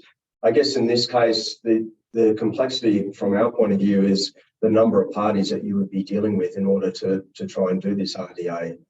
It's a little bit unclear how that would work, and in terms of the computing power and so on required to do these calculations, and also there's an obligation to keep things fair under a scheme as well. So look, it is there's some ideas that are somewhat novel. not entirely new, but in this space, they are new, and it seems complicated from that point of view. Thank you. Thank you, Robert. Anybody else have questions? I know we had a couple good questions earlier on. Guys, if I may just kind of go back, and I was kind of answering some as they came in. One was the judge had previously indicated the prerequisites for obtaining the moratorium were minimal, requiring Vauld to exhibit some progress on their proposals in court. Based on this, is it probable Vauld will receive an extension on the moratorium until April? How can we make sure the moratorium option does not get extended? Anybody want to tackle that? I'll chime in. The way we are approaching that issue is through legal representation. We have a fantastic lawyer at Rev Law who will be submitting our affidavits, which Johnny Edelman on our team, who you heard from in depth earlier. And Johnny, I wanted you to chime in after I just end here and state your qualifications, because people hear us talk and they don't know that they're talking to a guy with $1 million stuck at Vauld who's a co-manager of a $3 billion fund. They need to hear this so they know that they're not just dealing with, you know, slough-offs with a cute British accent. So, you know, we've been seriously examining all these issues for many weeks, and we invite the debate and conversation, as Johnny said, and we appreciate it, guys. We have our own internal debates, so we don't always all agree on things, but we work it out and we go with what seems reasonable. And what seems reasonable to the question of ceasing the moratorium is to approach it from a creditor support perspective, as well from a legal perspective. And on that note, regarding creditor support, I'm making everyone aware, as I did in my prezo, we will be releasing, hopefully tomorrow, a VCA Vauld creditor survey, where we really need engagement from everybody to answer some key questions. And when we get these questions answered, we will present them to the judge with statistical analysis. All right. A lot of people felt that they were lied to, misled, this and that. Why should the people that did this still be in charge? And a lot of people say, yeah, I know Vauld and Kroll haven't been doing a good job, but we don't have a better option. The better option is here right now. So, you know, we've just been working this for the last month. We've engaged in tons of hours of preparation to get to this point, and we've really only got started, but we made a huge amount of progress. So in answer to the question of how do we defeat the moratorium extension, we're going in it with lawyers and with creditor support. And we believe that the evidence will clearly show misconduct on the part, it already shows the misconduct on the part of Vauld and Kroll, especially Vauld, and in the misrepresentations and the censorship. That should be reason alone for the judge to look and say, hey, I gave you an order to increase and enhance communications, and you've done the exact opposite. So they have abused the privilege granted to them under moratorium extension. That would be one legal argument in and of itself to cease the moratorium extension. So, and we have many more. And I don't want to disclose all of our strategy because we know the other side will be listening to this when it gets published publicly. But if any other teammates want to chime in to further. Well, I actually have a really good question from Robert Russ. It actually is a very good question. I want to answer myself. His question was, my question is, does this plan, once executed and Vauld is no longer control, remove and protect creditor funds from any future fines from regulators? Do any of Kroll plans differ than how this plan handles any fines from regulators? I can handle that one if you want. Gentlemen, before we go, KordaMentha gentlemen need to drop off unless we have any more questions. I think we should thank them again for your participation, and looking forward to working with you. Thank you, everyone. Thanks, everyone. Bye. Thank you, Cameron. Thanks very much, guys. Thanks. Okay. Please go ahead. In terms of the regulation question, I mean, I think the first thing to remember is that crypto is unregulated, and the MAS has not stepped in regard to any crypto failure to date. So or find any crypto company because it's not regulated. It doesn't come under the purview of the MAS, the Monetary Authority of Singapore. So I think it's highly unlikely that they would be issuing fines. It's difficult to issue a fine to a company that wasn't on, in purview of your regulation. Then they haven't effectively broken your regulation. It's an unregulated industry. So I think that's probably pretty unlikely, and that's quite specific, I guess, to the Vauld instance as well, versus, for example, crypto exchanges, which are in the US, which could be deemed to be under the SEC's jurisdiction. So I think there's a slight differentiation to be made there. Look, the reality is, if that, I think all of these questions, it's always interesting to come back to the question of, will I be better or worse off if I have followed a court-appointed liquidation approach or Vauld and Kroll's managed wind-down approach? Because if there were fines coming from regulators or some other, sort of financial impairments that come in going forward, those I don't think it's going to matter.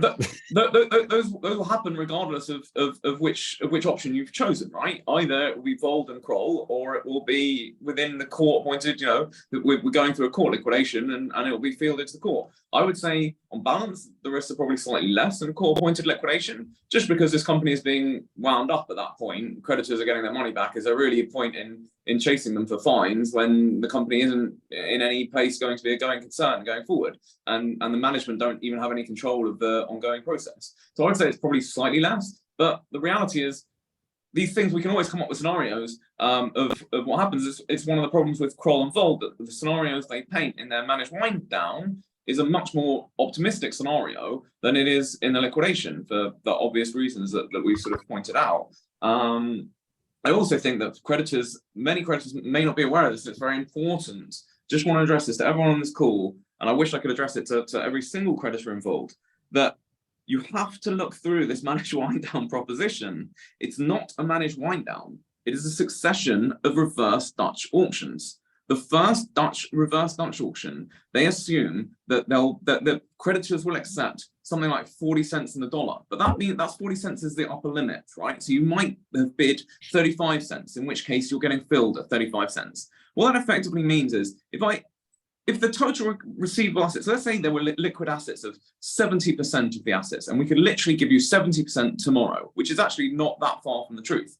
I can either give 70% of all the assets to all creditors equally, or I can have this bidding mechanism where in 6 months' time, those who are desperate for their money can bid and you get 35%. And because you're taking 35%, which is a lot less than the actual available assets, which is 70%, so then you take 35%, the remaining creditors may get 100% in 3 years' time. But the average return to creditors is still 70%.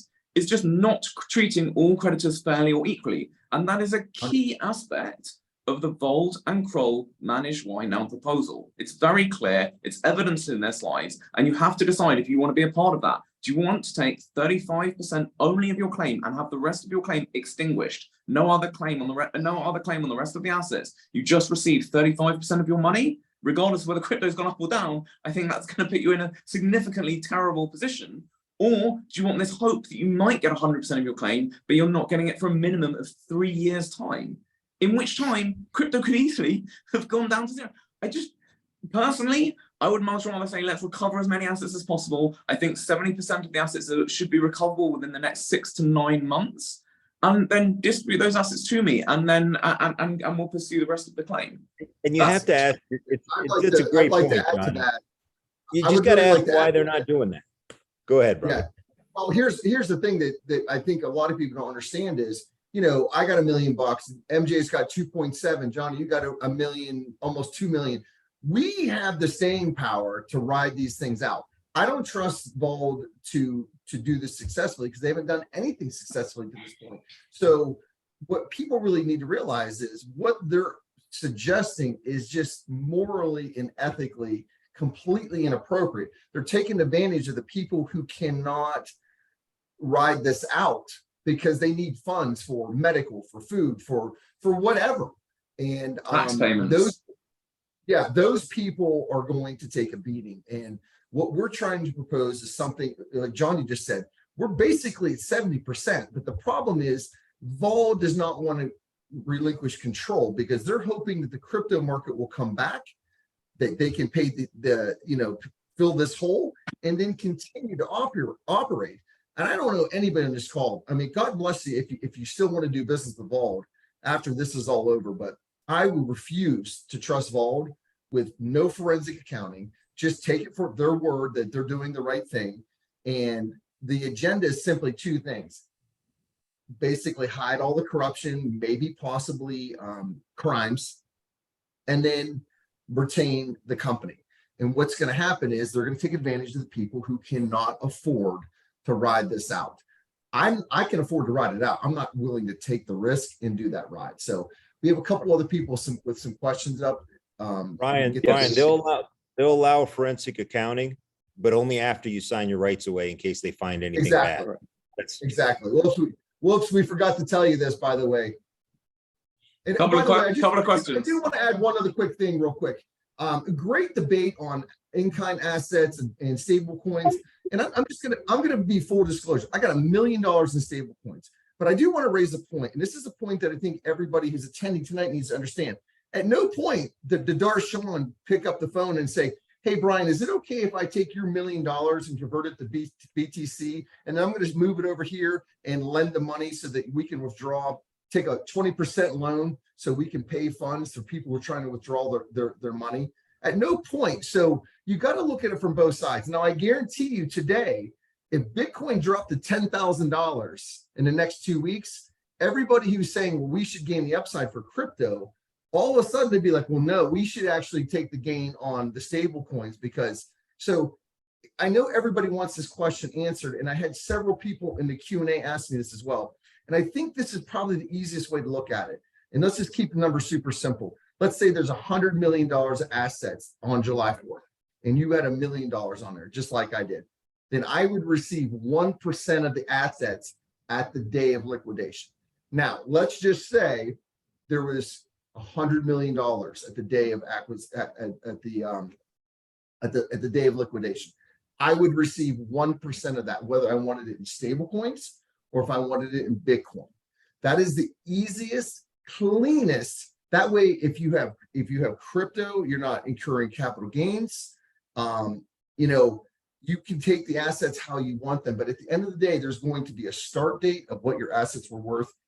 The easiest and by far the most fair is July 4th, and then a liquidation date of what are the assets on this date. So I think there's a lot of questions in the Q&A regarding that, but that's really what we're pushing for is flexibility for what you want. And your percentage of the pie on July 4th will be your percentage of the assets minus liabilities on the day of liquidation. Hopefully that makes sense. And hopefully I provided some clarity in those regards. All right, thank you, Brian. Oh, we have one of the raised hands just dropped down. MJ, you want to go ahead and then I'll switch to Robert? Yeah, I want to give some aspects of that, a couple of topics, especially on the RDA front that Johnny explained. There is a distinct possibility I would like to highlight that what Kroll has proposed is out of the 115 million liquid, they want to set aside $10 million for their fees. They want to secure them first, okay? And they're going to keep only 105 available in liquid assets. And out of that, they want to slice $50 million just for RDA, okay? And let's say the RDA is successful, right? And they have $65 million, but they're not going to distribute that, okay? Keep that in mind. That's a very, very important point. So if somebody who's, like Johnny explained, wants to stick around for better return than the RDA, 35% or 40%, right? And sticks around, he's not going to get a dime, even after the RDA, okay? What they're proposing is, hear me out very carefully, they are not going to do any distribution until the next recovery. God forbid, if they are not able to make any recoveries out of the three risks, okay? Counterparty A, coin loan, ED, okay? What happens then? You get nada, you get nothing, okay? So that is not been highlighted, the risk out there, okay? People won't get anything. And also on top of it, you're just believing that Kroll will follow up the litigation, okay, based on their performance. Okay, they are behind 5-6 months on the scheme of arrangements. Okay, the original plan submitted in the court, they should have had the scheme by October, November of last year. When they were doing the Nexo deal, they submitted a proposal, and that scheme of arrangement would have encompassed Nexo deal. They're 6 months behind, guys. Okay, those guys just drag their feet. And the reason I picked up KordaMentha, guys, okay, those guys are liquidators. They're going to chase. They're going to chase the counterparty A. Okay, you can read on their record. They were working on the ANZ case. Okay, they went after, the debtors who had to pay. Okay, so they were working for the ANZ Bank in Australia to recover their, assets. So that's the people we want. We don't want lazy people like Kroll. Okay, so that's very, very important point, guys. Keep that in mind. Kroll has done nothing. They have been just dragging. Okay, they don't answer questions, and the COC has done nothing. I've been, looking at the minutes. COC has been, rephrasing them a question of yes and no, and that's what they've been doing. And the crypto knowledge they have is very minimum. They have misled everybody for 7 months on in-kind distribution, and that's what I was explaining to the COC members, especially Luke Thomas, that this is not happening. And everybody got the shock in January. And like Vipal was asking, right, why it's not fair. That's how it works, guys. Okay, I've been through Lehman bankruptcy, global financial crisis. That's how the bankruptcy works. That's how it's happening in Voyager, and that's how it's going to happen every case. Okay, I've done the PhD on Bitfinex. That was the most successful, recovery. How did that happen? Same thing. They were made 16x in fiat. You cannot make whole in Bitcoin or crypto. It's impossible. Okay, that's what I was trying to explain. That those numbers, that 65K, not happening. Okay, that was wishful thinking because the number of coins they had are very minimum that cannot plug the stable coin hole. Okay, so keep in mind the points I've highlighted, they are very, very important. And that's the reason I'm going for liquidation, because I firmly believe, okay, Vauld was insolvent back in May when the Terra Luna collapse happened. And just to highlight what Vipal was highlighting about the fairness, okay, it's very important that 4 events happened. Okay, number one was the Terra Luna collapse. They lost $28 million. Okay, then there was the long positions that Darshan had taken in BTC, ETH, XRP, and other coins. They lost $37 million. Then there was a software bug, $4.5 million loss. Then there were other under collateralized loans to the Finnish company. Okay, so all those losses were there. And the way the bankruptcy works is you have to socialize the losses. Everybody takes the hit. So you cannot cherry pick, hey, my BTC is there, my ETH is there, and whatever nonsense the COC members were saying that, oh, we have the balancing of the coins on the crypto side and on the stable coin, we have a shortfall. That is all BS. Okay, it doesn't work that way. Trust me. In the court of law, it is not going to work. And that's how the bankruptcy works. So it is going to be what it is, and it's happening across the board, whether it is going to be FTX or Celsius, it's going to be the same thing. I've been following all these bankruptcies, trust me, because even though I don't have a dollar on Celsius and Voyager, I had moved out all my assets, but I'm still following. I just got the letter from BlockFi, by the way, okay? So I know I've been following pretty much every crypto exchange. Failure, I've invested a lot of time, guys, okay? This started in November with me and Bill starting, okay? The story of VCA. And that started because my withdrawal was denied by Vauld. And that is not correct. I have evidence and I will make sure they pay for it. They lied, okay? Look at the affidavit of Sanju. It is misstatements, okay? There's a mismatch of crypto which was caused by Vauld, okay? They can rebalance it, okay? They don't know how to manage crypto and they should be out of it. We need to get the liquidator and give us the assets as quickly as possible in a as fair and equal manner as possible. You know what, MJ, I want to add one thing because MJ doesn't realize it, but he kind of just made a very nice segue to another question that someone asked about Why would the court pick our liquidator? And the reason is because of people like MJ and people like the people on this call tonight. And I don't mean all the presenters. I mean the people like that are listening in right now, writing in about why Vauld and Kroll should not be in charge of this process anymore. Guys, we're like 7 or 8 months into this, okay? And we're going to have a lawyer there presenting all this for us. We have it all written up. We will have legal representation explaining why they should no longer be in charge of this process. And when our lawyer lays out all of the facts, things like MJ, what he just talked about, things like this whole Nexo deal that went south that was not handled correctly, that was the whole point of this moratorium, was to give them a chance to work out another deal to where our funds were put onto another platform, to where we had some other out. And right now, hopefully you guys can all tell, they are desperate. They're putting together these games to where it's almost like Chuck E. Cheese. Like you're just going to like bet your crypto and maybe you'll get 35% like Johnny was talking about. It's ridiculous. We present that, our lawyer presents it as to why this moratorium has gone on long enough. They've had plenty of chances and they've screwed it up at every turn. That's why they would pick our presentation over theirs. And we obviously would pick the liquidator at that point, which those were the people that were on earlier. So why would you let them pick the liquidator when they've completely screwed everything up to this point? So Johnny, do you want to add anything to that? I know you were going to. General, we have 2 raised hands. Let's go to raise hands and questions. Yeah. Let's go back to Robert and Vipala, and then we will wrap this up. Robert, go ahead, please.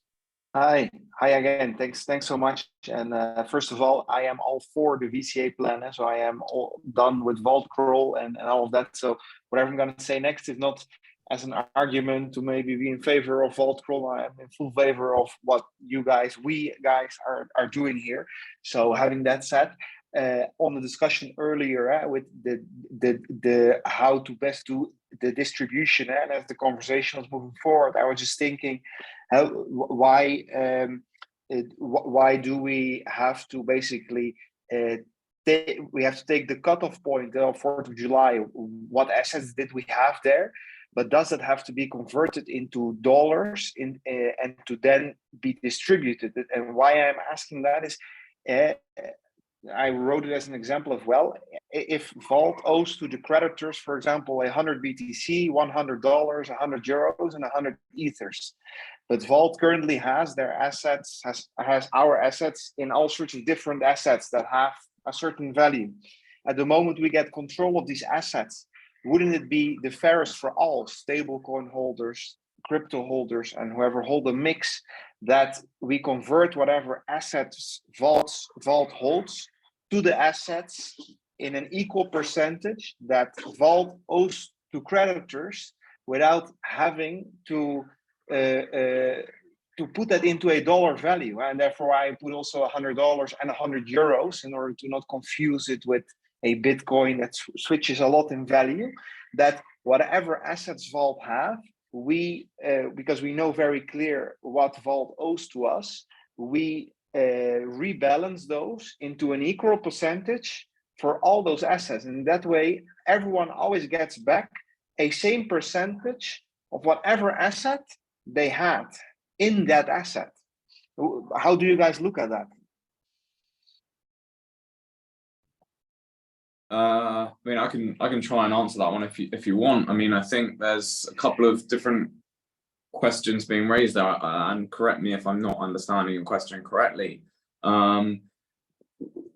What needs to be resolved is that there are, let's say, for example, there are 3 types of creditors. There is type A, who only has dollars. There is type B, who only has crypto. And there is type C, who might hold a mix of stable coins and crypto.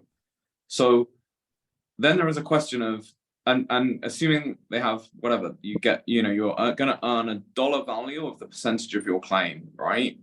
I think the question... My point, can I add one thing to my point? Where now I see here in the screen, you guys, 5 people in the room. Let's say Jeffrey has $100 there, MJ 100 euros, Alexi 100 BTC, you Johnny 100 Ether, and Brian has 100 XRP. But Vault has converted all of your assets into 20,000, name another coin, into 20,000 Litecoins. That's what's there. At the moment we get a hold of those assets, wouldn't it be then the fairest for all of you five to convert those 20,000 Litecoins into an equal percentage of each asset that that you I see what you're own? saying. I see what you're saying. No question, and if, just to understand. I totally understand. I totally understand what you're saying. But I think the question then comes to, like, doesn't that create? So that's a great point, right? But in that scenario, then what a liquidator would have to do is take this 20,000 Litecoins or whatever he has and trade them into the ETH, the Euro, the X, the BTC, etc., to pay everyone else, to pay Brian, to pay me, to pay everyone, etc. Now, that introduces some element of risk, particularly as there's going to be different timings of the retrieval. And different because there's multiple receivables that will need to be recovered, and then multiple disbursements, right? So the values will be changing quite a lot within that as you sort of get asset price fluctuations. But also then the liquidator is going to be responsible for the trading price at which he's executed that, which you might be happy with. But also, what difference if he paid you in USDC and you then, you know, if you had your euros or you had your Bitcoin, right, and you wanted it in Bitcoin, so you get your USDC and you can instantly sell it and buy Bitcoin. Now you have it in the percentage of the claim that you had, but you're responsible for when that transaction happens and at what price. The liquidator is just saying, hey, I need to recover the assets, give them back to the creditors, and I'm going to do it in dollars. But it would be based on the 4th of July, which can be a disadvantage or advantage, but more to say, like, as they come available, because there has to be rebalancing anyways, because if everyone is going to be paid out in dollars, or all those Bitcoins or whatever Vault is holding have to be traded anyways. So why don't we trade them into an equal percentage? I don't have to repeat that. I'm sure you guys get it. It's just a suggestion I am making here, to think like, hey, in that way, I get back, and to not use the word Bitcoin, because it always confuses because of the fluctuation. But MJ, for example, get back 70% of his $100, and I get back 70% of my 100 euros. And the same counts for one Bitcoin. You get back 0.7 Bitcoin. That in that sense is always an equal percentage for everyone. By the way, I think my point is clear. I just leave it here on the table. I would put that personally. I have absolutely no problems at all with what you just said. It is totally another thing. I guess one of the things is, you know, the costs of a liquidator doing that versus all doing it ourselves. But by the way, when it comes to it, I would be very happy for either there to be a vote of creditors for which they prefer, or for the independent liquidator to make a decision. I don't think actually the difference between the two is that different. Whether I, you know, if I have 10 Bitcoin in the platform, whether I get 10 Bit, you know, whatever, let's say I get 50% of the assets recovered or something, whether I'm getting 5 Bitcoin or whether I'm getting 5 Bitcoin equivalent in USDC, personally, I'm not that bothered either way. And I'm happy, honestly, for it to be either a creditor voted decision or a liquidator, an independent liquidator, or a court decision. I don't mind either of those. What I don't want, you know, all I want is to make sure that as many assets are recovered and then distributed to creditors, whether in specie or in dollars. But that process happens quickly. I don't want this dragged on for 2 or 3 years. I'm wasting enough of my time on this call. Do any of us want to be on this call? I don't think any of us want to be on this call. We're forced to be on this call. Hear that, brother? I love it. Robert, I think the thing you want to focus in on is simply this. You ask yourself this: would you rather get 70% now, right, in USD, or let's just say dollars? Absolutely. I don't know what country. Or are you willing to take 30 cents on the dollar? No, absolutely in favor of. But here's the thing, Robert. The thing you need to understand is they're not going to show you the forensic accounting. They're going to say, here's what we have left, guys. Take our word for it. And it's just, in my opinion, that they are going to be hiding things in special accounts, just like the FTX collapse. Like, you know, Sam Bankman-Fried is like, oh, I only have $100,000 to my name. He has $700 million of real estate in the Bahamas. Like, all this clawback stuff. If we don't get forensic accounting, we will not get any clawback. No.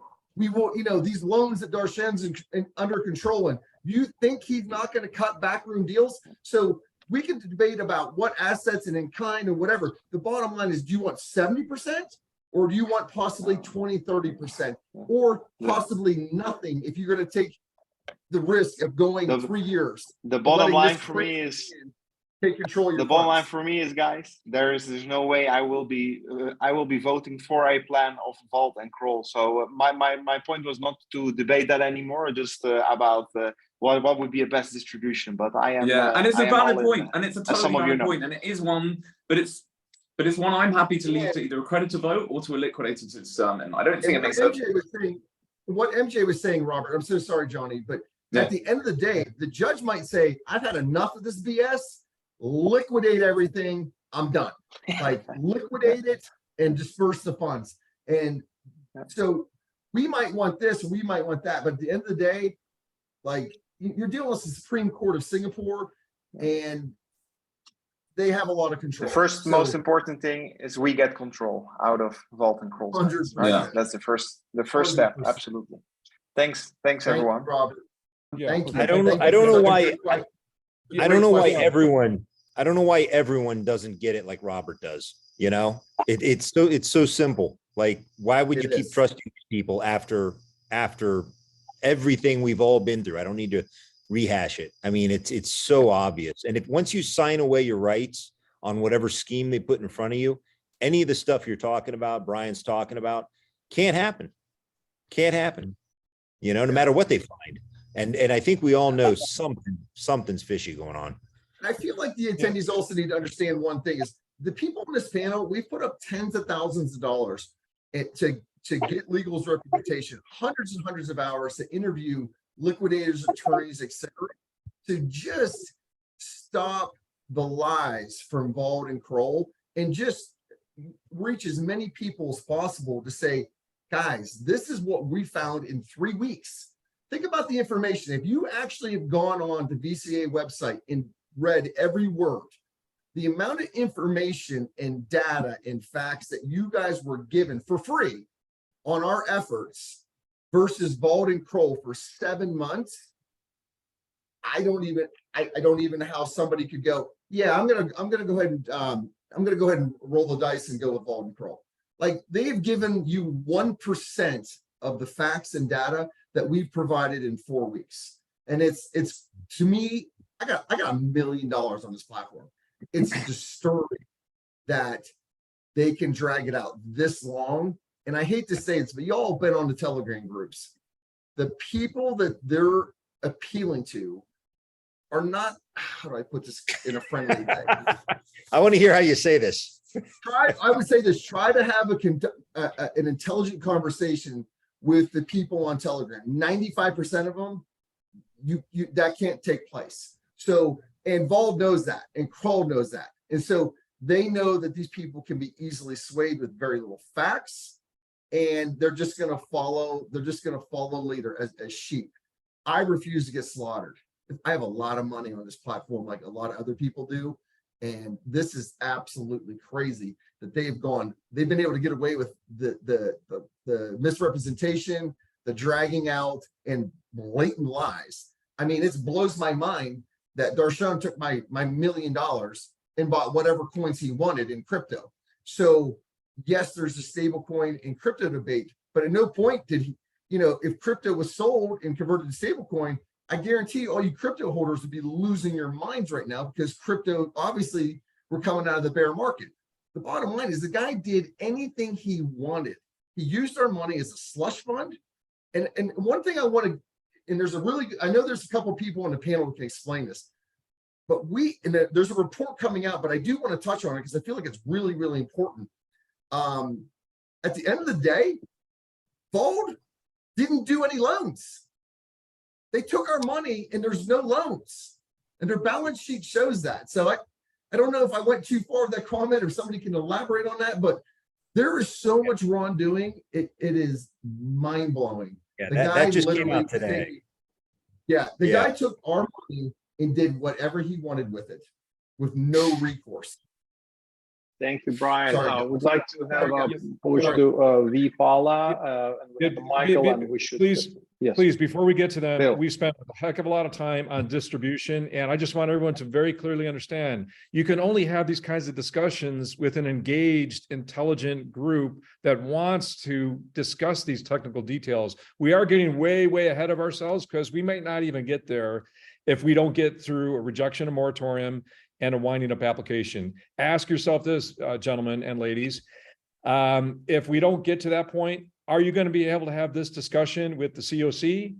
What power do they have? They have no power. Okay. What independent oversight is there if Vauld and Kroll remain in control? All this talk of distribution strategies, it's meaningless if they have control. If a COI and the independent liquidator have control, we can continue these discussions.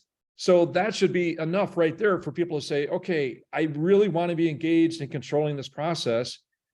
Vote for liquidation, period, for winding up liquidation. That's the only way you will have the power. Otherwise, you sign away your legal rights, you sign away the control, and it's just a waste of time. So also, guys like Brian Murray, he tried to withdraw over $700,000 a week before the freeze. He was denied. Another one of our managers, Sam Burton, tried to withdraw a significant amount of money. It was also denied. The malfeasance here is enormous. I took out $200,000 on June 13th, and then I redeposited it on June 24th on account of all the lies. MJ did the same thing. He took like $1 million out and redeposited it because of all the lies.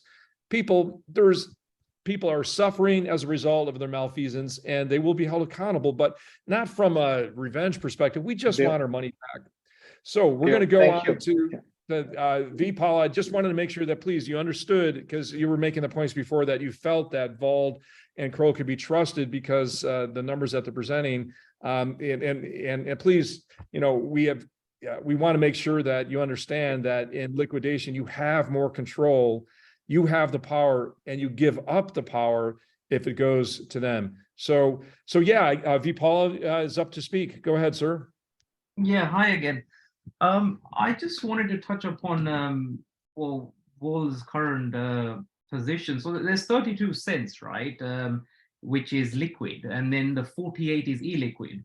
So whether Kroll does it, or whether it's through liquidation, like the chances of recovering the illiquid 48 cents, what kind of probability would you put on this? Would you say that doing it through a liquidator, there's more chance? Because like MJ said, maybe Kroll and Vauld are lazy. However, there's contracts in place with CPA, and according to what they're saying, again, pinch of salt, they could be lying, but what they have said is that there's certain clauses in the agreement which have been breached, and as a result, it won't be coming this June 23. It's likely to go on until June 24. So how can a liquidator promise or guarantee that this can be done now within a few months?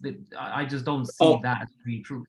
I'd really like to respond to that if I can. So the first thing is, great point, okay? So the first question is, they originally told us that the Counterparty A loan was due to be repaid in June 2023.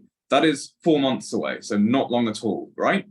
In a later slide, they said there was some chance that there might be a delay, in particular in a liquidation scenario, and then it might not be repaid in that time frame, and they then moved it to Q3 2024. The first thing to note is, why can't they? I understand the loan agreement is subject to an NDA, but they would be able to release some of the terms of the agreement, information regarding those terms, as to why would the term of a loan agreement change. There should be no change in the term, right? Unless that's been negotiated subsequent. But a liquidator would be able to hold Counterparty A accountable. They're enabled to take Amber Group, if it is Amber Group who are Counterparty A, to take them to court if they don't repay on the loan according to the terms, right? I think that's the first point that's critical to make. I personally think the loan expires in June. I think Kroll probably introduced that level of doubt around the timing, because you have to remember that Kroll are very keen for there to be a scheme agreed, any scheme that isn't liquidation, because that would enable them to receive their performance fee as well as subsequent restructuring fees. So I think it's very important to understand that they are they have an incentivization and a bias to make liquidation seem like the most unpalatable option to creditors. And so they might introduce some doubt as to the timing of the repayment of the counterparty A loan. It seems interesting that only surfaced when creditors started pushing for liquidation, and that wasn't disclosed earlier.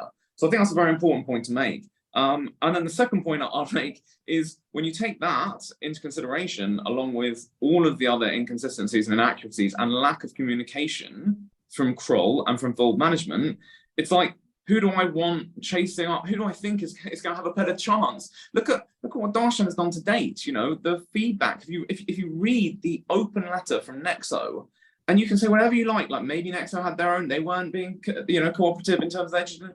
The open letter was damning about Vauld management and Kroll's willingness to participate in that merger negotiation. The feedback from the Enforcement Directorate was damning about DeFi payments and flip vaults, lack of cooperation, lack of sharing information. The feedback from Coin Loan, we were allowed to withdraw $15,000 per day. Then Darshan, and I know that wouldn't get your money back for 5 years, but then Darshan has effectively terminated that loan in a way that Coin Loan has now frozen the assets. Like, they haven't acted in any way to help the company and help creditors recover their assets expediently in the last 7 months. In fact, what they've done is done a load of things which have actually prolonged things and made things worse. That's why, for me, it's imperative that we remove them and have an independent liquidator who is experienced, knowledgeable, and will take these guys to court if they don't pay us. But the thing is, due to the NDA with CPA, obviously CPA is the biggest receivable currently. Yeah. And I don't know. I mean, the most recent AMA with them, unless he's blatantly lying face to face to people, Darshan did say that the issue was that there was a breach, or actually Rose said it as well from Kroll. And there was another guy as well, the liquidator. I don't know, I forgot his name. I think it was Jason. They all said that they looked at the agreement and there were breaches. Obviously they can't say what the breach is. I mean, my speculation is that the breach is that their name has come out somehow. Obviously, it's pretty certain that it is Amber. But due to that, I don't know what, but they're saying that, look, it's not impossible. Look, people can't just not pay you back the money they owe you, right? So obviously, there's, unless the only risk is, like MJ said, let's say you stay in this for another year or 2 years or whatever, and then nothing comes back from Coin Loan or Amber. The only way that would be possible is if they also go insolvent or go bankrupt. Otherwise, if they want to still continue as a going concern, whatever their dues are, they're gonna need to pay it back sooner or later, right? So currently, they're saying that in the agreement, the thing that's stopping them from actually claiming on that amount that matures in June is because there's been a breach somewhere. Now, my question is that if this is what Kroll's saying, and this is what Wald's saying, obviously they could be lying. We don't know. But if the liquidator faces the same brick wall, and there is, in fact, it transpires that there are clauses there that means that, oh, okay, they get another year, or there's a clause that says, there's a penalty to pay or whatever. Like, I'm sure, I'm not taking sides, but if Kroll can't do it until Q3 of 2024, then what makes a liquidator do it? Because they don't have power over someone else's company like that. So these are great points, and again, I welcome this discussion, and I'm really happy to have to carry it on further. But let me just respond to this one quickly. I think the first thing is, I don't think Vauld or Kroll, and again, this is what I thought was very interesting, is if you read the language in the Committee of Creditors report that they publish, and you listen to the language they used in the Ask Me Anything, and I am making an assumption here, but just read the language very carefully. It does, they're not lying, because what they said is it might delay the repayment. They didn't say it definitely delays the repayment. They said it might delay the repayment. In my opinion, that is just giving them a room to fearmonger effectively about the outcome of a liquidation. That's just my opinion, right? They didn't say it definitely is a breach and it definitely extends and we're not getting money back. They just said it might. That's the first thing. Well, you're right. In previous affidavits, it was due back in Q2 23. Correct. You were also thinking that, so either you've lied to us because you told us it's definitely due back in June. In the previous affidavit, you said that specifically, or you see what I mean? Like, They say whatever benefits them in the moment. That's the first point. And then just going on to the second point, let's just say that there is actually a I don't know why there would be such a term in the contract, but let's just say the contract is worded as such that any breach of the NDA enables the counterparty that is subject to the repayment of the loan to extend the maturity by another year. I really don't know why that would be included, because breach of an NDA doesn't give you the right to extend a maturity. I've never ever seen that in a loan document before, and I've worked for JP Morgan, Goldman Sachs, and Deutsche Bank, working with hundreds and thousands of counterparties and loan documents. I've never seen wording such as that. But let's just say that is in the agreement. So, okay, so fine, the loan can't be recovered fully for a year. My question for me, it still goes back to, who do I want chasing that recoverable in a year's time? Do I want to have spent more money on Kroll, who are more expensive on the restructuring plan? Do I want to then KordaMentha in liquidation? Do I want to spend more time, waste more money, waste more time, have Kroll and Vauld managing it? Or do I want to have KordaMentha, who are appointed by the court, their progress will be reviewed by the courts and creditors. They're independent, they have no bias, their only objective is to recover the assets and repay to creditors. In a year's time, I would 100% rather have them trying to recover our assets, even if it's not, even if it is, as they say, Q3 24 rather than June of this year. I would much sooner have them chasing it than Vauld or Kroll. At least personally, you have people on your side working for you that are going people to who haven't lied to me, who haven't been inconsistent in their reporting of terms of agreements, of accounting, etc. Yeah. They have no reason to lie. Yeah, I don't think the loan's probably going to be plus 1 year on top. But what they're saying is if it requires litigation, it's like with Estonia. I don't know why.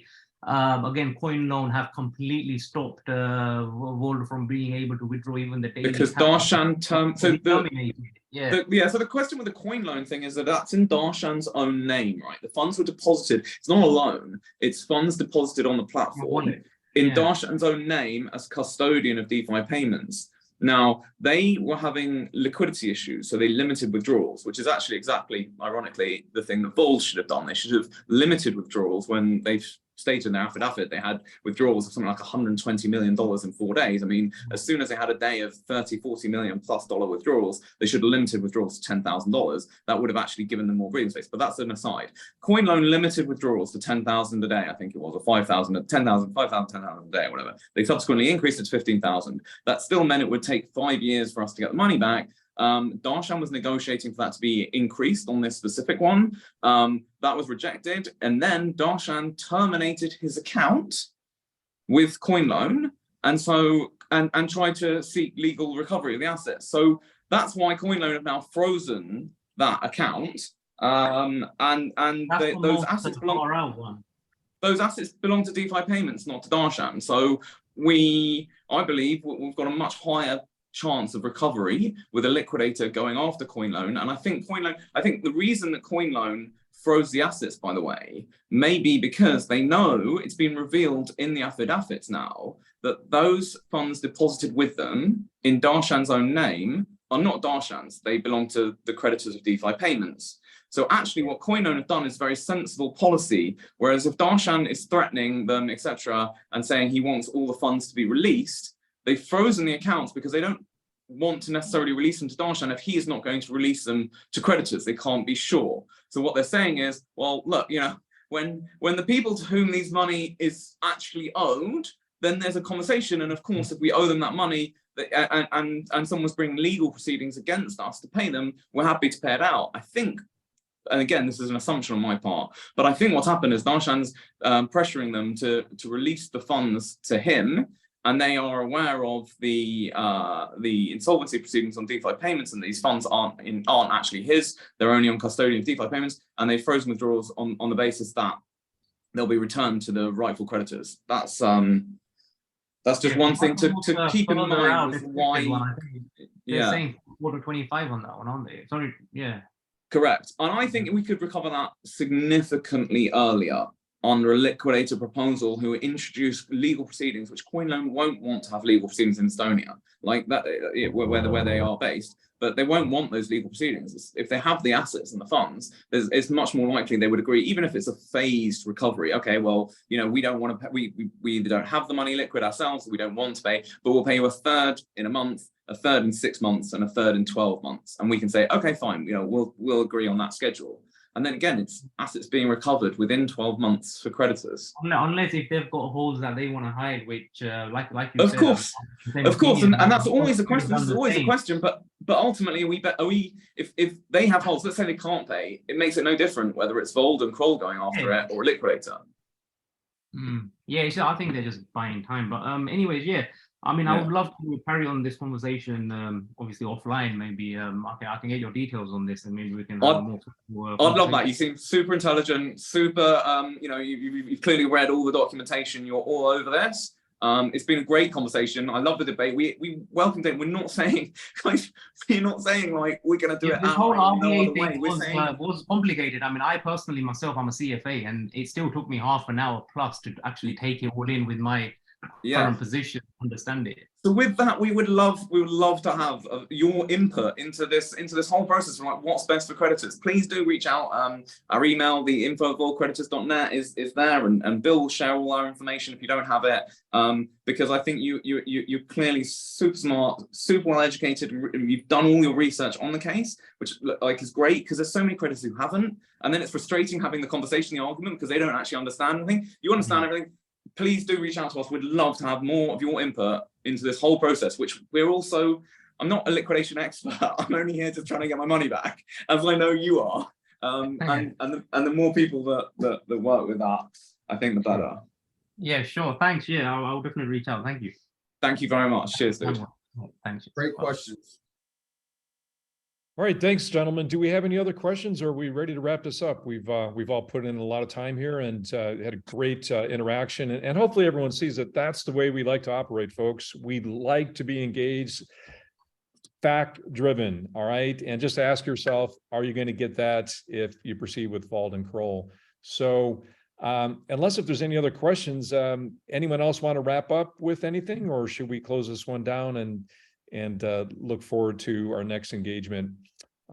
If not, I'll just say in closing, please be on the lookout, folks. If you're not already joined on to the VCA, please go to our website, vaultcreditors.net, join the VCA. If you can help with some kind of contribution to our fund, it's greatly appreciated. We all have skin in the game, our own money and our own time, and we appreciate support from you as well. It's money well spent. The contributions only go to our legal fees, just to be clear. It's not like we take no payment for this or anything. We have hired legal counsel, and we have had to pay them a retainer to give them official legal advice. And I'll even add that we all kicked in about $1,000 a piece to get the retainer. Everyone you're talking to here, we're losing money. You know, we're paying money more than everybody else. Never ask anybody to do anything that I wouldn't do myself. So we've all kicked in. So. Thanks for that, Jeff. Thank you, everyone. Yep. All right, so we'll close down and be on the lookout for our next announcements. And thanks so much. Bye-bye. All right, thank you. Thank you. Recording now. Okay.